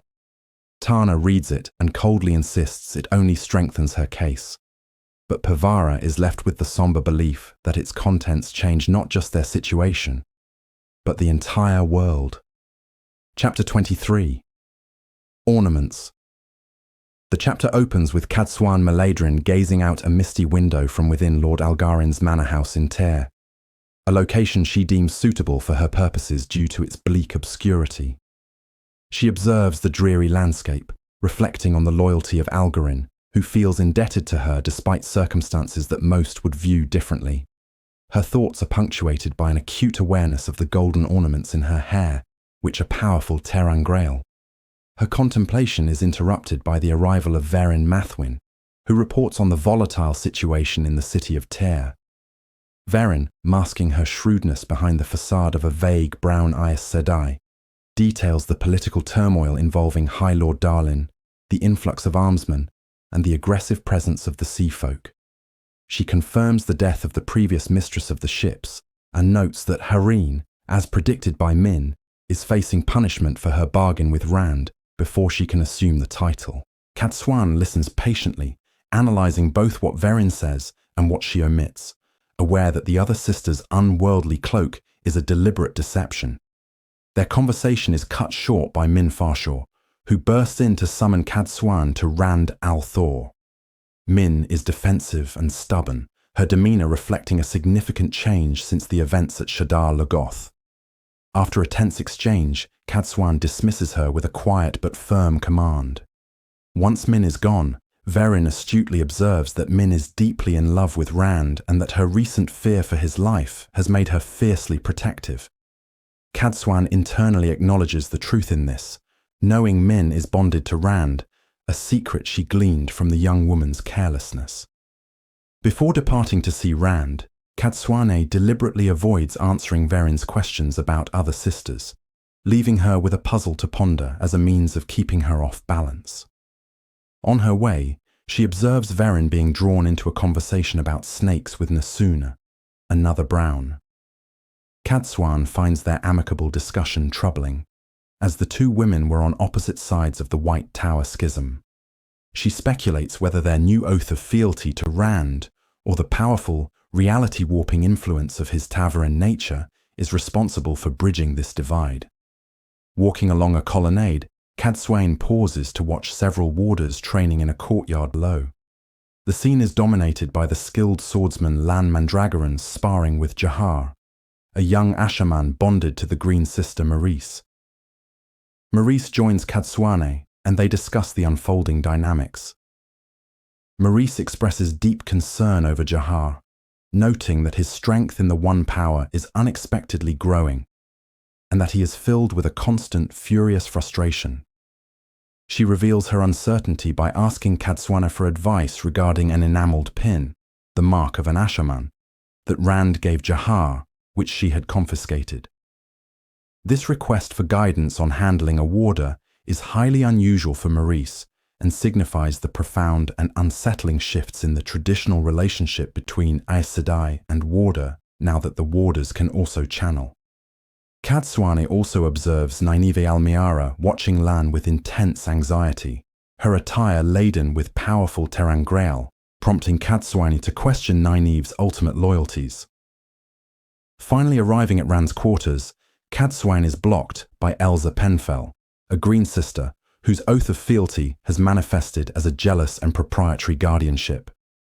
A tense standoff ensues until Olivia, a powerful former Shonchan domain, who has appointed herself Rand's protector, calmly intervenes and persuades Elsa to allow Kadswani entry. Inside, Rand is courteous, but his demeanor is cold, hard, and deeply weary. He informs Kadswan that Lord Algarin wishes to be tested for the ability to channel and become an Ashaman. The main purpose of his summons, however, is to discuss what he has learned from Olivia about the Shonchan. He paces agitatedly as he describes their military doctrine. The ever-victorious army learns relentlessly from every defeat, adapting its strategy until it achieves ultimate victory. The grim implication hanging in the air is that the Shonchan may be an enemy that cannot be defeated through conventional warfare. Their conversation is abruptly interrupted by the frantic arrival of two other sisters, Arian and Serene, who announce that their warders are unexpectedly travelling toward the manor.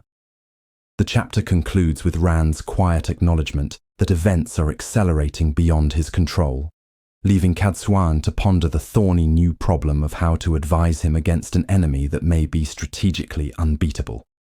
Chapter 24. A Strengthening Storm.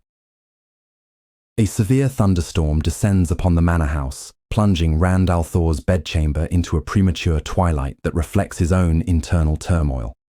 As freezing rain lashes against the windows, Rand lies on his bed attempting to organize his chaotic thoughts, though his efforts are complicated by the presence of Min, who is nestled beside him. The bond they share makes her presence intensely vibrant in his mind, and he is consumed with worry over his inability to guarantee her safety or the safety of Elaine and Avienda, who are distant but still connected to him. His internal dialogue with the Mad Luz Theron has become a familiar, if unwelcome, part of his existence, with the ancient voice morbidly whispering that they are all destined to die and warning Rand not to trust anyone, including the voice itself. Min, sensing his darkening mood through their bond, sharply punches him in the ribs and admonishes him for his melancholy, particularly his worrying over her. She then directs his attention to the immediate problem, the recent and unexpected arrival of several powerful figures and what Kadswani Sedai might do in response. The manor is now crowded with new guests who arrived in the downpour. These include Davram Basher, with 100 Saldean soldiers, and a contingent of black-coated Ashaman, among whom is Logain Ablar, now conspicuously wearing the sword and dragon pin on his collar. The two groups travelled together but maintained a wary distance, and both Basher and Logain have separately requested private audiences with Rand. Even more surprising are 8 Aes Sedai, who seem to be accompanying the Ashaman, not as prisoners, but in some other unexplained capacity. Elsa, the most outwardly zealous of the Aes Sedai sworn to Rand, interrupts his thoughts to announce the arrival of Loyal the Ogier. After her departure, Rand seizes the male half of the true source, Sidon. He is momentarily flooded with a sense of pure power and heightened perception, feeling the blessed cleanliness of the source, now that the Dark One's taint is gone. However, this is immediately followed by a wave of intense nausea and dizziness, a sickness whose origin remains a mystery, but forces him to hide the act of channeling from others lest they perceive it as a weakness. In the sitting room, Rand greets a delighted Loyal, whose massive frame dwarfs the human-sized furniture. After erecting a ward against eavesdropping, Rand inquires about Loyal's mission. The Ogier reports mixed results from his journey to all the steading. While most agreed to guard the waygates near them, the steading in the borderlands and along the Shadow Coast refused, leaving 9 of the dangerous gateways completely unwatched and vulnerable to Trolloc incursions. Loyal himself appears worn down from being away from the steading for so long and expresses a comical anxiety about the great stump being held in steading Shangtai. which he knows his formidable mother will be attending. Before the conversation concludes, Loyal gravely informs Rand that he has something important to tell him concerning the Aes Sedai who arrived with him and Logain.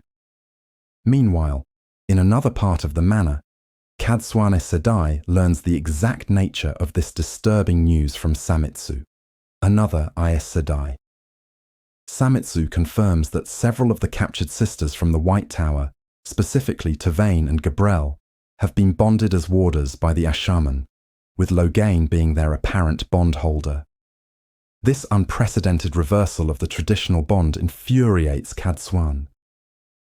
Recognizing Samitsu's faltering confidence after recent events in Caerhien, Cadsuane carefully manipulates her with praise, restoring her self-assurance before ordering her to return to Caerhien and covertly observe the activities of the other sisters who have sworn allegiance to Rand. Rand then holds a tense meeting with Logain, with Davram Bashir and Loyal also present. He furiously confronts Logain for bonding the Aes Sedai, an act he fears will provoke an unwinnable war with the White Tower. Logain calmly replies that the order came directly from Mazrim Time, and that he assumed it originated with Rand. He then issues a dire warning. Time is building his own secret power base within the Black Tower, training a private coterie of his most loyal followers, and fostering an allegiance to himself, not to the Dragon Reborn. Before Rand can process this, Bashir reports that there have been coordinated attempts to steal the remaining seals on the Dark One's prison, with assailants using forged orders to attack both him and Lord Dobrain, the two men most likely to be guarding the artifacts.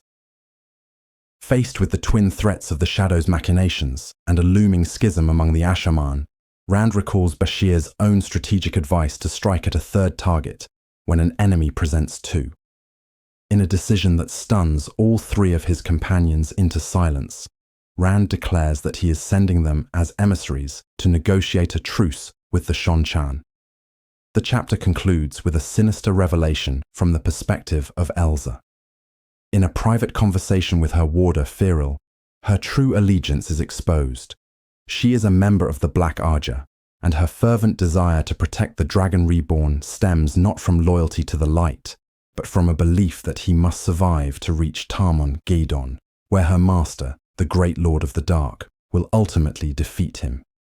She coolly informs her warder that people will soon need to die to ensure this plan succeeds. Chapter 25. When to Wear Jewels. Perrin Aybara restlessly paced within his tent. The fine green silk coat Fail had commissioned for him feeling like an uncomfortable costume. He felt its elaborate silver embroidery, meant to flatter his broad shoulders, was made absurd by the plain leather belt from which his axe hung, a combination that reinforced his own feeling of being an imposter pretending at lordship. The entire setting contributed to his agitation. The tent was furnished lavishly, as if awaiting Fail's imminent return from a casual ride, with gilt-edged chairs, a mosaic table, and her own silk hangings. This opulent display, intended to project confidence to his followers, served only as a constant, painful reminder that she was not there. In his pocket, he nervously fingered a rawhide cord containing 32 knots, one for each day of her captivity, a tangible connection to her that he counted during sleepless nights. Berylin, the first of Mayene, observed his restless energy from a chair, calmly remarking that he would exhaust himself before their journey even began.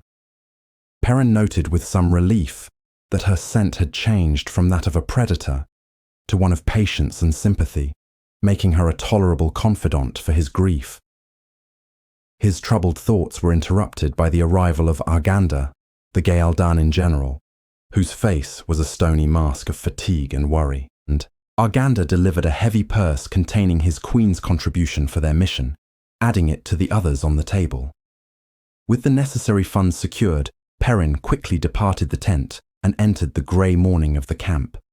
He was displeased to see the camp taking on a more permanent look, with sturdy huts and tents arranged in meandering rows, and men gathered around cook fires waiting for a meagre breakfast of oatmeal, stretched with ground acorns, a sign of their dwindling supplies. This desperation was the very reason for their journey.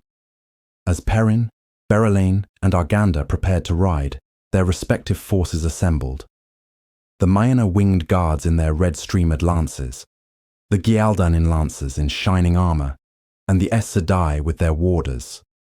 Aram, his former Tinker follower, was also present, his demeanor sullen and hostile. Perrin had ordered him to remain behind to prevent his volatile temper from causing trouble in So Haber. Perrin quietly instructed his man Daniil to keep a watchful eye on Arganda, fearing the desperate general might do something rash. The party rode out, with Galen Ismaenas forming a protective screen around Berylane and Perrin, a precaution taken since 2 of Berylane's agents had vanished after visiting the camp of the prophet Masema. Observing Berylane's regal attire of jewels and fine silk, Perrin privately scoffed at the display, but she astutely sensed his thoughts. She explained her philosophy. One should dress plainly when seeking a small favor, to appear humble, but wear jewels and finery when seeking a large one, to project wealth and the capacity for future business. The simple wisdom resonated with Perrin, reminding him of a lesson from his old master. Their journey brought them to a clearing where Farga Neild, the Ashaman, waited to create a gateway. They were met by an unexpected group. Balwer, Perrin's taciturn secretary, accompanied by 2 of Fael's followers, Medor and Latian. Balwer offered a thin excuse about visiting an old acquaintance, but Perrin understood that the man was continuing Fael's work of gathering information, a fact Berylane also silently acknowledged. Impatient with any further delay, Perrin ordered Neild to open the portal. They emerged into a rolling, nearly treeless landscape of snow-covered fields sectioned by low stone walls. As their column of soldiers and carts began the final leg of their journey to So Haber, Perrin was struck by the unsettling stillness of the countryside. Though dotted with farmhouses and barns, there were no signs of life, no tracks in the snow, no smoke from the chimneys. The profound emptiness made his hair prickle with unease. Suddenly, one of the Aes Sedai cried out, pointing to the sky. Perrin and the others looked up to see a large, bat-winged creature flying eastward, a human figure clearly visible riding upon its back. Berylane's voice and scent were laced with worry as she identified the creature as Shonchan. Perrin, determined not to be distracted from his singular purpose of finding food and supplies to rescue Fael, tried to dismiss the sighting as something that did not concern them, though the ominous appearance cast a new shadow over their desperate missions, which situated by 2 wooden bridges. And so, Haber the chapter opens as Neild and Ashman successfully creates a gated allowing they find him, they find Hasikade, resuscitated with Bimerson, which is Sikaman with Bow, to which is Sigwin Sitter to Wisikwan with Pekan, which is Pritik at a quicken Sigwan can to kick a cryptic and Sik and Ka and Silwick and Wick and Hag Hap a cow and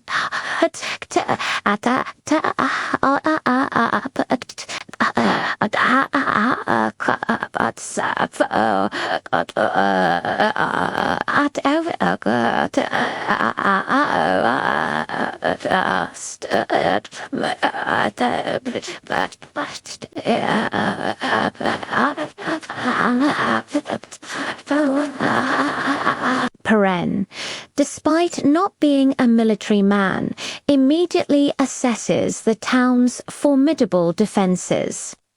Though Haber is enclosed by 2 concentric stone walls bristling with towers, the inner wall taller than the outer one.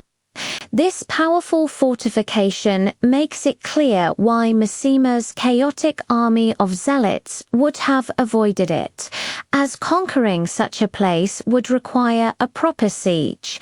something Massima lacks the patience and equipment for. As they observe, Neild expresses a grimly humorous relief at seeing living people on the walls, a comment on the desolation they have witnessed elsewhere. Kyrian, ever practical and aloof, is concerned only with purchasing grain.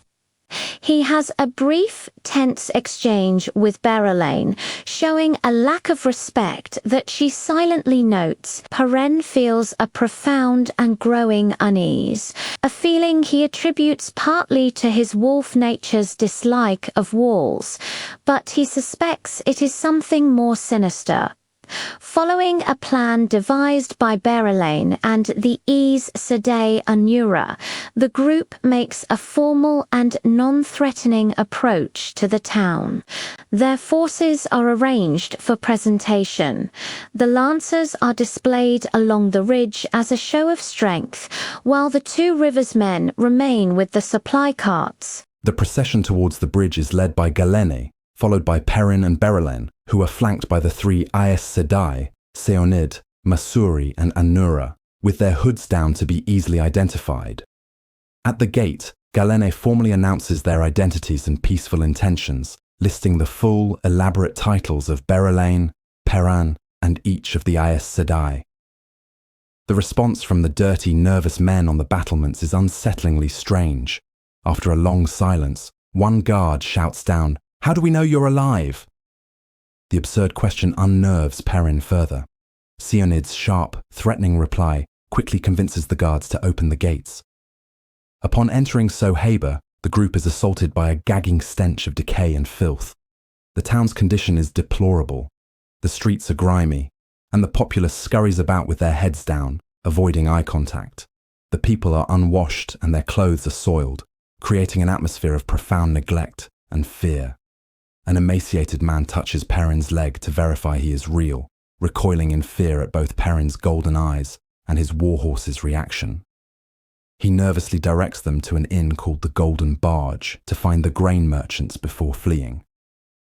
Perrin wishes to leave immediately, but Berelaine remains pragmatic, dismissing the town's squalor and the man's odd behavior as products of hardship. They proceed to the inn, which, like the rest of the town, shows signs of former prosperity, now buried under layers of dust and neglect. The common room is cold and silent, its grand fireplace unlit, and a painted clock on the mantel having long since stopped. They find the grain merchants huddled together, a collection of 11 men and women who react with stark terror to their arrival. Berelaine takes charge of the negotiations, and the merchants, though still deeply afraid, seem to slightly brighten at the prospect of a large sale. However, their behavior remains erratic and twitchy. While they present samples of excellent clean grain, Perrin grows suspicious. He notices that the wooden containers for the samples have sharp, unworn screw threads on their lids, suggesting they are new and meant for display rather than storage. He demands to inspect the grain in the warehouses, a request the merchants try to deflect with weak excuses. Berelaine supports his demand, and they are led to the warehouses located in a desolate street between the town's two walls. Perrin easily lifts the massive wooden bar securing the warehouse door, a display of strength that stuns the merchants. Inside the dark warehouse, Anura creates a ball of light for illumination. Perrin's sharp senses detect the smell of barley, cats and rats. He hears a cat kill a rat, followed moments later by the cat itself crying out in pain and dying, suggesting the rats are unnaturally aggressive. He then slices open several grain sacks, revealing that the barley within is swarming with weevils. This discovery is deeply disturbing, as the intense cold of winter should have killed the insects. It is another sign that something is profoundly wrong in Sohaber. Berelaine uses the infestation to negotiate the price down sharply. As they conclude the deal, a man's terrified shriek echoes from the street. Perrin rushes outside to find Kyrian paralyzed with fear, claiming he saw a man walk directly through a solid stone wall. Cyanide appears and confirms his story, revealing the town's terrible secret. The dead are walking in Sohaba. She explains that this supernatural plague has driven the town's lord to flee and has caused widespread death, either from sheer fright or from paranoid residents accidentally killing each other in Tucket, killing each other. But Perrin refuses, unable to spare anyone to spell. He realizes that even lies he realizes, such as as is Phillies as is filled as prebita emo to his cartesen with is prenessence is pren as spell kemperen with pre and with an wick cup and I can with hand with an and with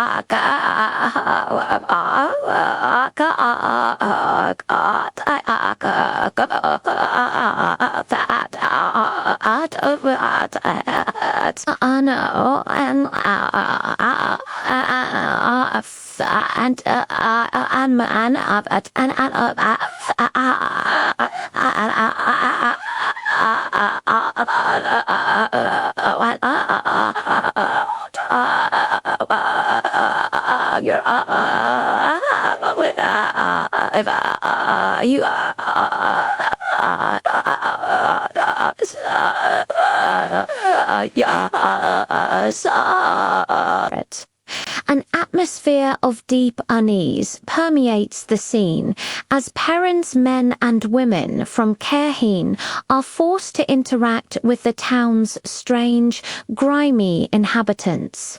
The Kerheenan cart drivers are visibly on edge, unnerved by the townsfolk, who seem detached and nervously avoid eye contact, and by the twitchy, suspicious merchants overseeing the work. Perrin deliberately makes himself a visible, calming presence, riding his horse Steyer slowly among the workers, knowing that his feigned composure is the only thing preventing a full-blown panic.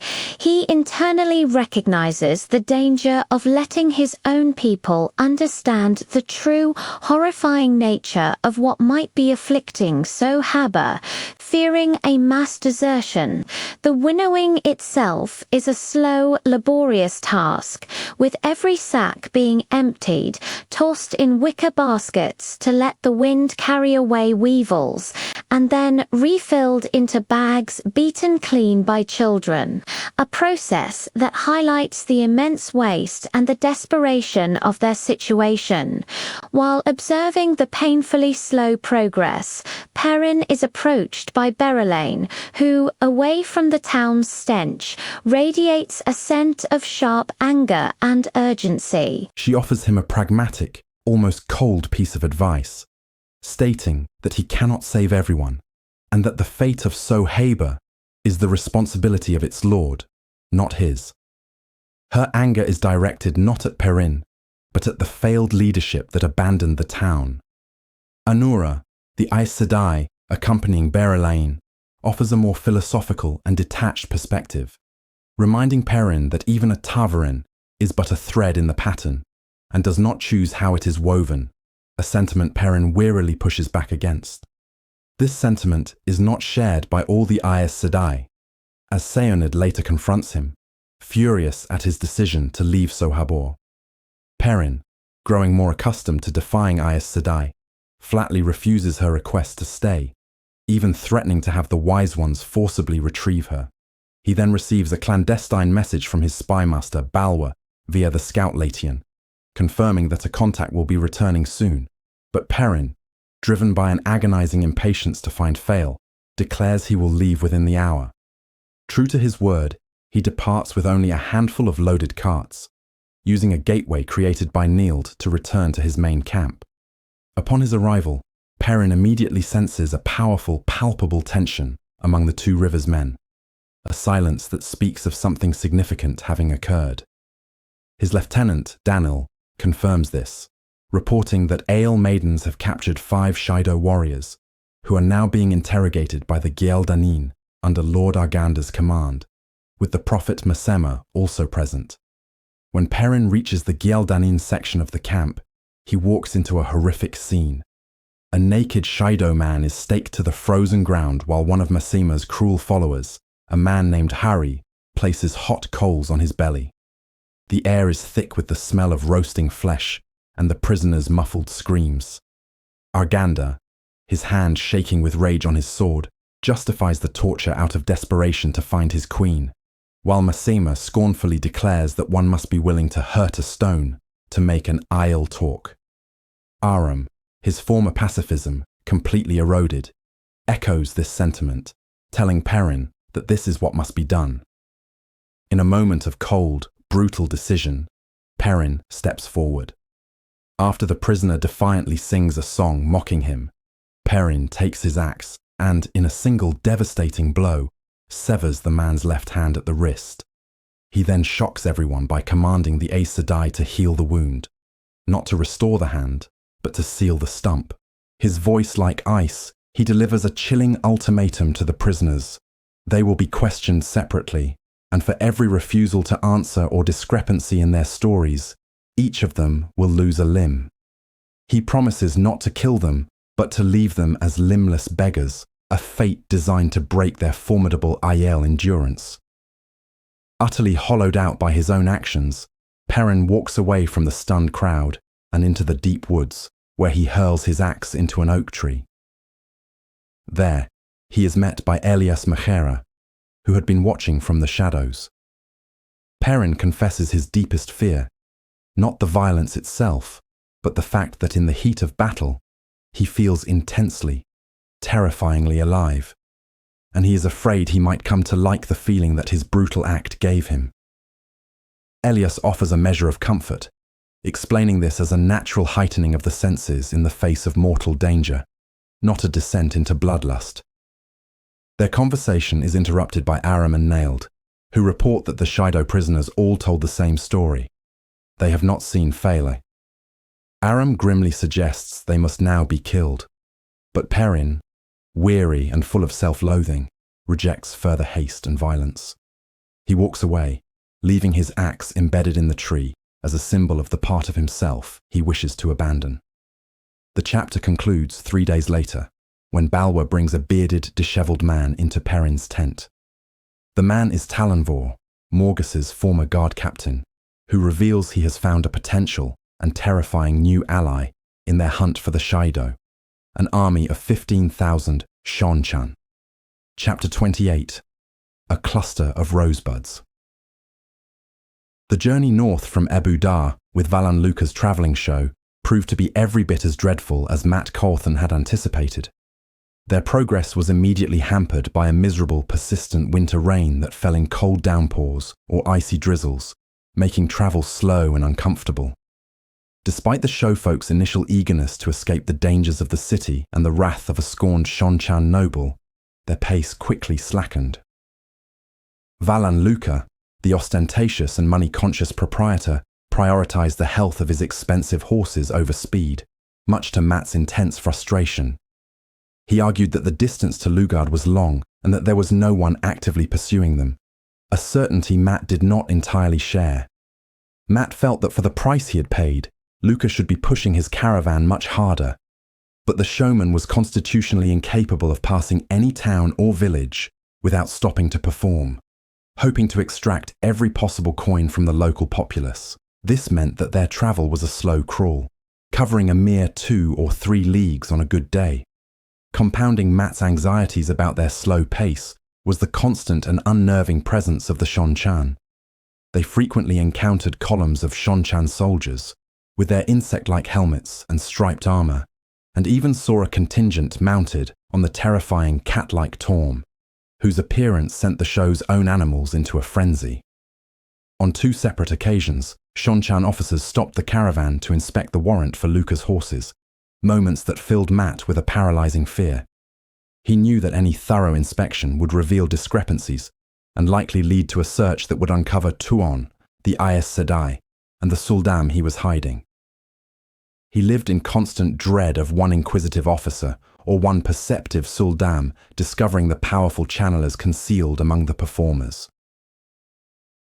The women themselves were a significant source of trouble and a major threat to their security.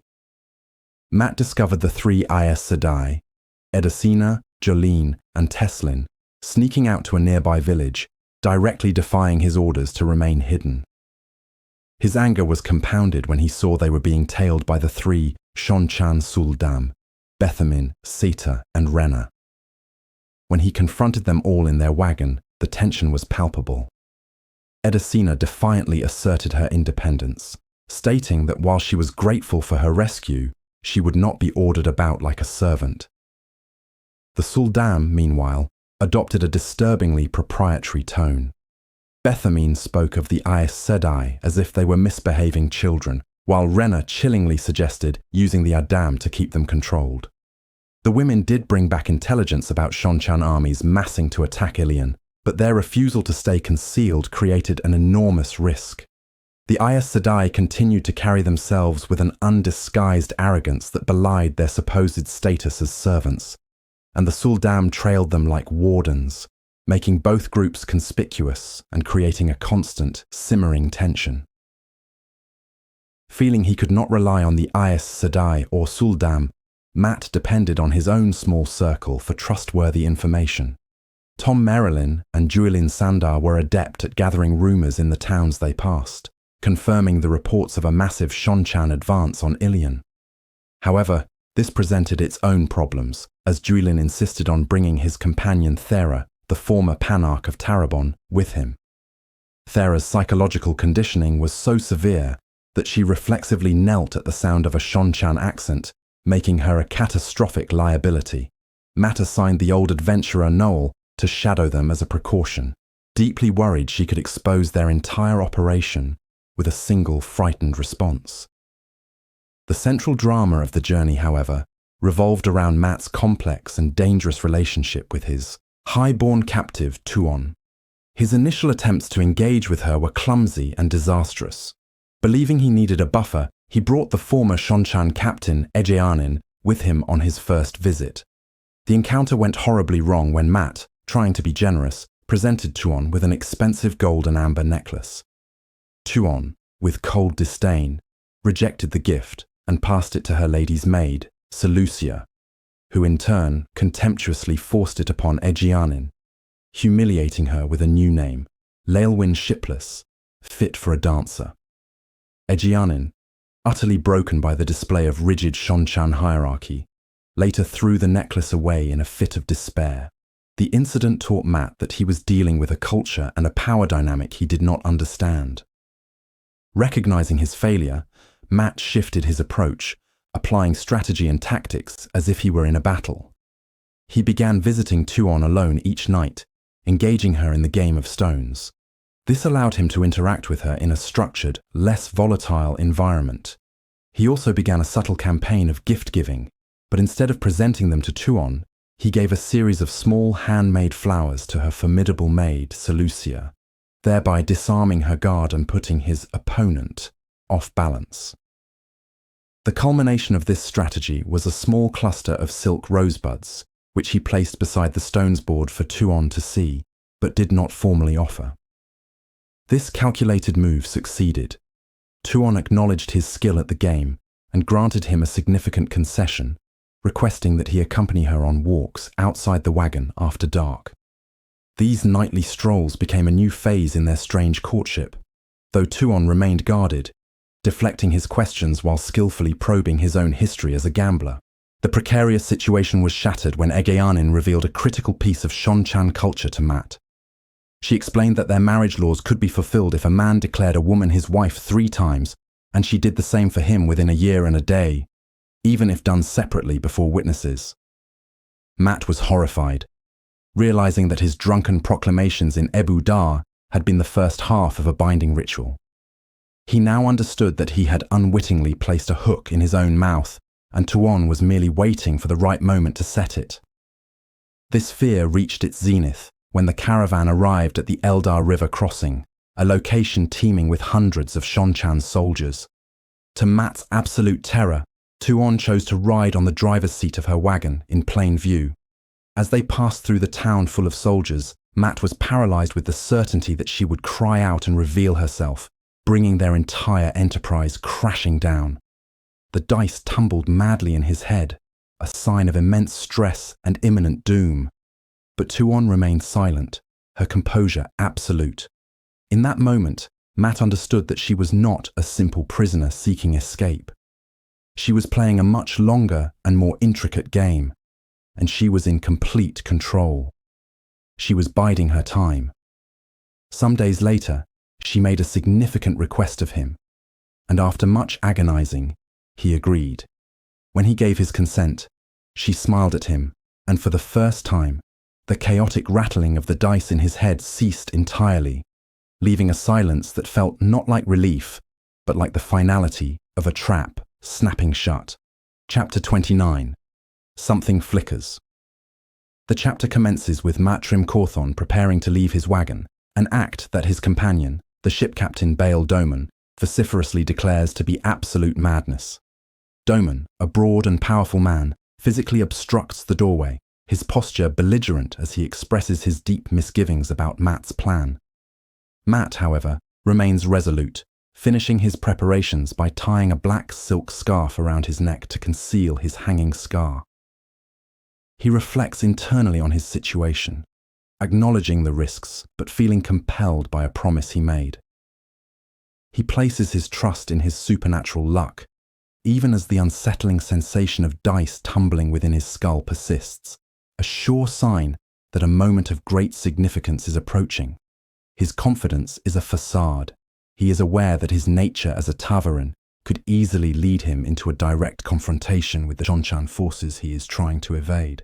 Despite Doman's protests, another companion, Egianin, insists that the woman they are dealing with will honor her word, a statement she makes with absolute certainty. Dressed in a fine green coat with lace at the cuffs, Matt dons his wide-brimmed hat and cloak, ready to face whatever comes. Matt and Egianin exit the wagon into the chilly morning air of the travelling show's camp. Egianin, still adjusting to her long black wig, mutters that Matt must be truly mad if he believes he can actually marry the woman in question. Matt deflects with a grin, musing that stranger marriages have certainly happened, comparing his grim situation to a condemned man grinning at the noose. He is heading to meet Tuon, the daughter of the Nine Moons, and heir to the Shonchan crystal throne. A woman who is effectively his captive, yet seems to hold all the power. He finds her waiting by her purple wagon, accompanied by her maid, Seleucia. This development slightly unnerves Matt, as his wager on one woman's integrity now extends to two. He greets Tuon with a formal bow, but she responds with cool condescension, calling him toy, and mockingly suggesting she might add lace to his robes if she decides to make him a cupbearer, a form of high-ranking servant. Ignoring his offer of an arm, she and Seleucia set off toward the nearby town of Durador, forcing Matt to hurry after them. As they leave the camp, they pass the show's entrance, where Luca's formidable wife, Littell, gives Matt a stern warning that if his actions lead them to the gallows, he will hang alongside them. The walk to town is marked by a bizarre, unnerving event. The road, initially crowded with purposeful walkers, suddenly becomes completely empty. Matt turns to find the path behind him is also deserted. He instinctively touches the foxhead medallion on his chest, a ward against the One Power, but it remains at a normal temperature. Tuon and Seleucia merely give him looks that suggest he is a fool, and he is forced to drop the subject and continue on. They enter Durador, a prosperous town built on the salt trade, finding it busy and full of life. The local guards are not Shonchan, a fact Matt had confirmed beforehand. The trio proceeds to browse the town's shops, specifically looking for high-quality silks for Tuon. At each stop, Tuon and Seleucia whisper conspiratorially while examining bolts of fabric, pointedly excluding Matt from their discussions. During this time, Matt spots several familiar faces in the crowds. The illuminator Aludra charming a salt merchant, a melancholic Tom Merrilin clutching a letter, and, most alarmingly, the Aes Sedai Edicina, her ageless face briefly exposed, who is being followed by two of the former Suldam. Distracted by this sighting, Matt loses sight of Tuon and Seleucia, and a wave of panic hits him as the dice in his head spin faster. Relying on his luck, he spins in a circle with his eyes closed and takes a random step, which leads him directly to the shop they have entered. Inside, he finds the shopkeeper on the verge of calling the guards. Matt asserts control by tossing a heavy purse of gold on a table, telling Tuon firmly that they are making their purchases here. She rewards his assertiveness with a small private smile that he cannot decipher. After she selects a vast quantity of expensive cloth, Matt is tasked with carrying the enormous bundle on his shoulders. Upon their return to the show, they are met by a frantic Juilin Sandar, who reports that Egeanin has been attacked and badly wounded. The dice in Matt's head begin to beat like a drum. They find a bloodied Egeanin being cradled by Doman, who names her attacker as Renna, one of the former Suldam. The Aes Sedai Teslin arrives to perform healing.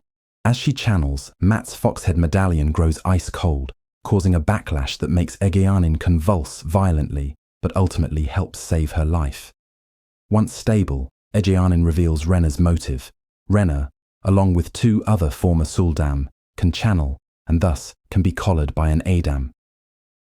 Renna attacked Egeanin to silence the only person who knew this explosive secret, hoping to flee back to the Shonchan.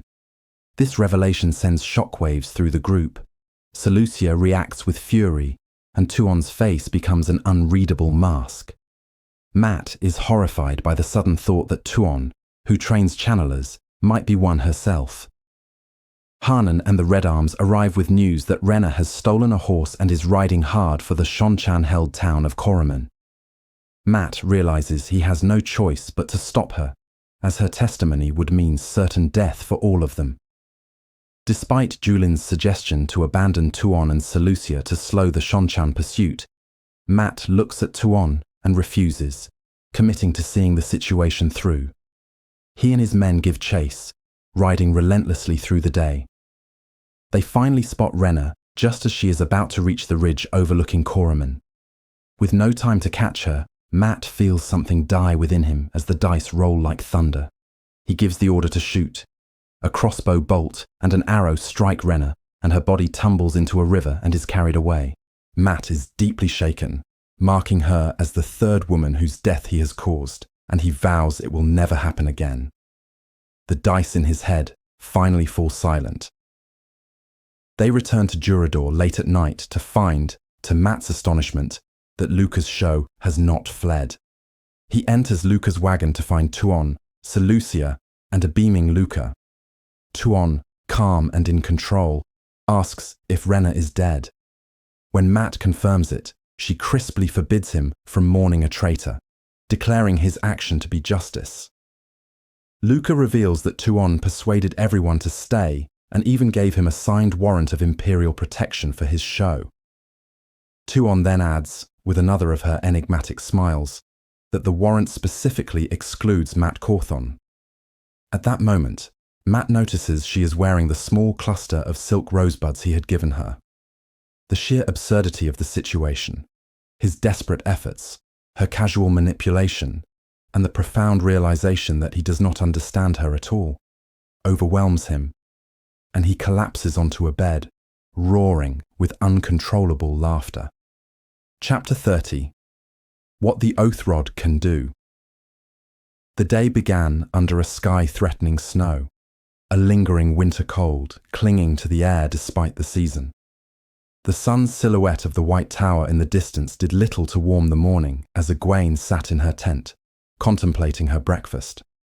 She found a small black speck, likely a weevil, in her porridge, but chose not to look too closely, a small act of self-preservation to maintain her appetite. Her maid, Chessa, offered a piece of homespun wisdom about not minding what one eats, a typical example of her method for giving advice without overstepping her station. The routine of the rebel Aes Sedai camp buzzed around her, a momentous day dawning that none of them yet understood. The supposed negotiations at the bridge to Tar-Valon were a sham on both sides, and this day was set to be the last meeting for a while. The morning's quiet was shattered by the arrival of Nisao, a yellow sister, who entered radiating the glow of Saidar. Her warder, Sarin, waited outside as Nisao delivered grim news without preamble. Kairen Stang was dead. The murder was brutal. Her neck had been shattered by a man wielding Saidin. This marked the second Blue Aja sister to be murdered, following Anaya, and Nisao's composure, usually a hallmark of Yellow Aja certainty, was visibly shaken. She reported that Kairen's warder was sedated but would be consumed by vengeance upon waking. Egwene, her own breakfast forgotten, felt the comfort drained from her chair. The plan for the evening had relied on Kairen, and now a novice, Bode Cawthon, would have to take her place. She instructed Nisao to discreetly investigate any possible connections between the two murdered Blues, acutely aware that this second killing would send a fresh wave of terror through the camp. As Egwene made her way to her study, she observed the pervasive fear firsthand. The camp was a sea of activity, but among the Aes Sedai, a new pattern had emerged. A significant number of them walked shrouded in the glow of the power, a defensive posture born of anxiety. They moved in pairs, their warders close, their heads constantly turning as if expecting an attack from any shadow. The atmosphere reminded Egwene of a time when spotted fever struck Eamon's Field, when everyone clutched brandy-soaked cloths to their faces, watching each other with suspicion, waiting to see who would fall next. The fear of an unseen, channeling man in their midst was a contagion spreading faster than any disease. Once in her study, Egwene's day became a series of tense and revealing encounters. Her first visitor was Theodrin, a brown sister aligned with Romanda. While formally requesting a meeting for the sitter, Theodrin deftly passed Egwene a secret note as she kissed the Amirlin's great serpent ring.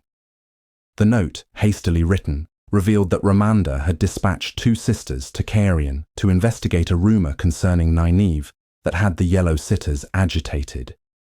The interaction was briefly interrupted by an accepted named Emara, who showed blatant disrespect to Theodrin, earning a sharp rebuke from Egwene that underscored the simmering tensions within the camp. Siuan Sanche arrived shortly after, and Egwene, startled by her sudden appearance, shared Theodrin's note.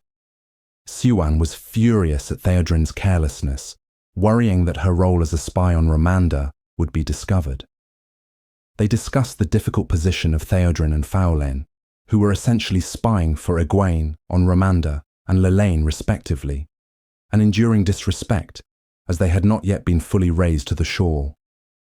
Egwene expressed her frustration, seeing the slights against them as indirect challenges to her own authority, but Siuan reassured her, comparing her growing strength to that of legendary Amirlins of the past, while also warning of the historical pitfalls that had doomed others. Sheriam, Egwene's keeper, was the next to arrive. She brought a report from the mistress of novices, Tiana, stating that Nicola Treehill had run away several days prior. Her novice family had covered for her, and one of the cousins involved was Lorene Iolin, a girl from Egwene's own village.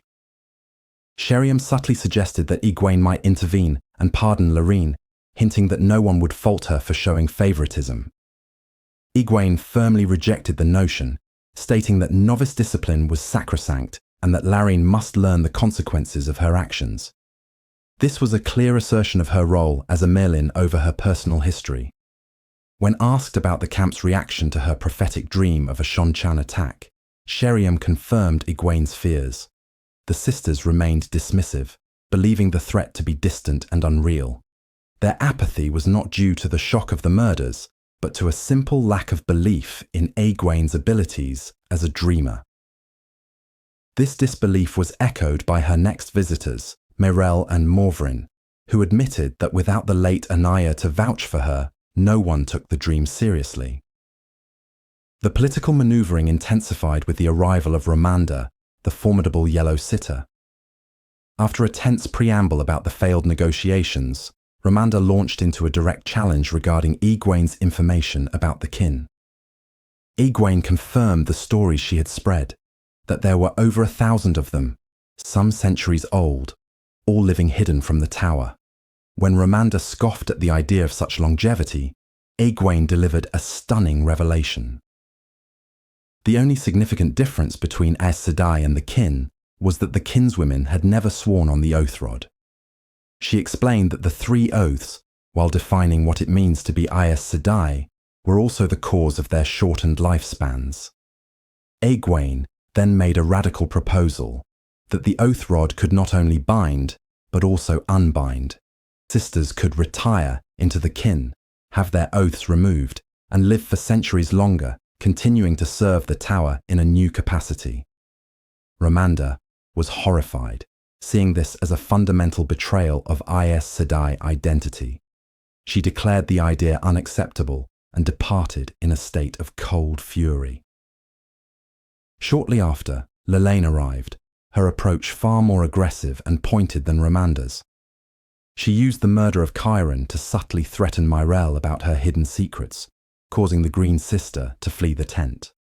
Then, using another Blue Sister, Megan, as a stalking horse, Lelaine proposed a method for controlling the men of the Black Tower. She suggested altering the warder bond to remove the man's free will, effectively turning it into a form of permanent compulsion. Egwene reacted with visceral disgust, denouncing the idea as filth and forbidding any sister from even considering it. Unfazed, Lelaine ended the meeting with a chillingly veiled threat, stating that the White Tower always rectifies its mistakes, strongly implying that Egwene's election as a Merlin was one such error. Troubled by the day's confrontations, Egwene found her resolve hardening.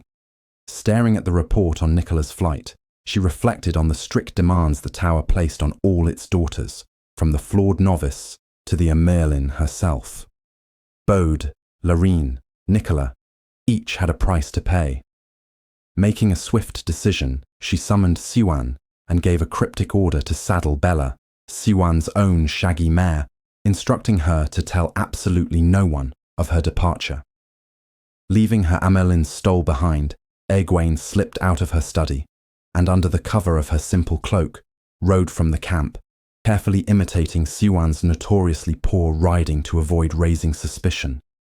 She raced through the encroaching twilight, pushing the stout mare hard until she reached the appointed spot by the river Erinin. There, she found the soldiers and a nervous Bode Cawthon, ready to undertake the dangerous mission. Egwene informed the novice that she would be taking her place. She explained that as the Merlin's seat, some burdens and decisions were hers alone, and that she could not ask a novice to do what she herself could do better. Though Bode did not understand, she obeyed. Egwene joined the soldiers in a large rowboat, which they silently maneuvered downriver toward the gleaming walls of Tarvalon.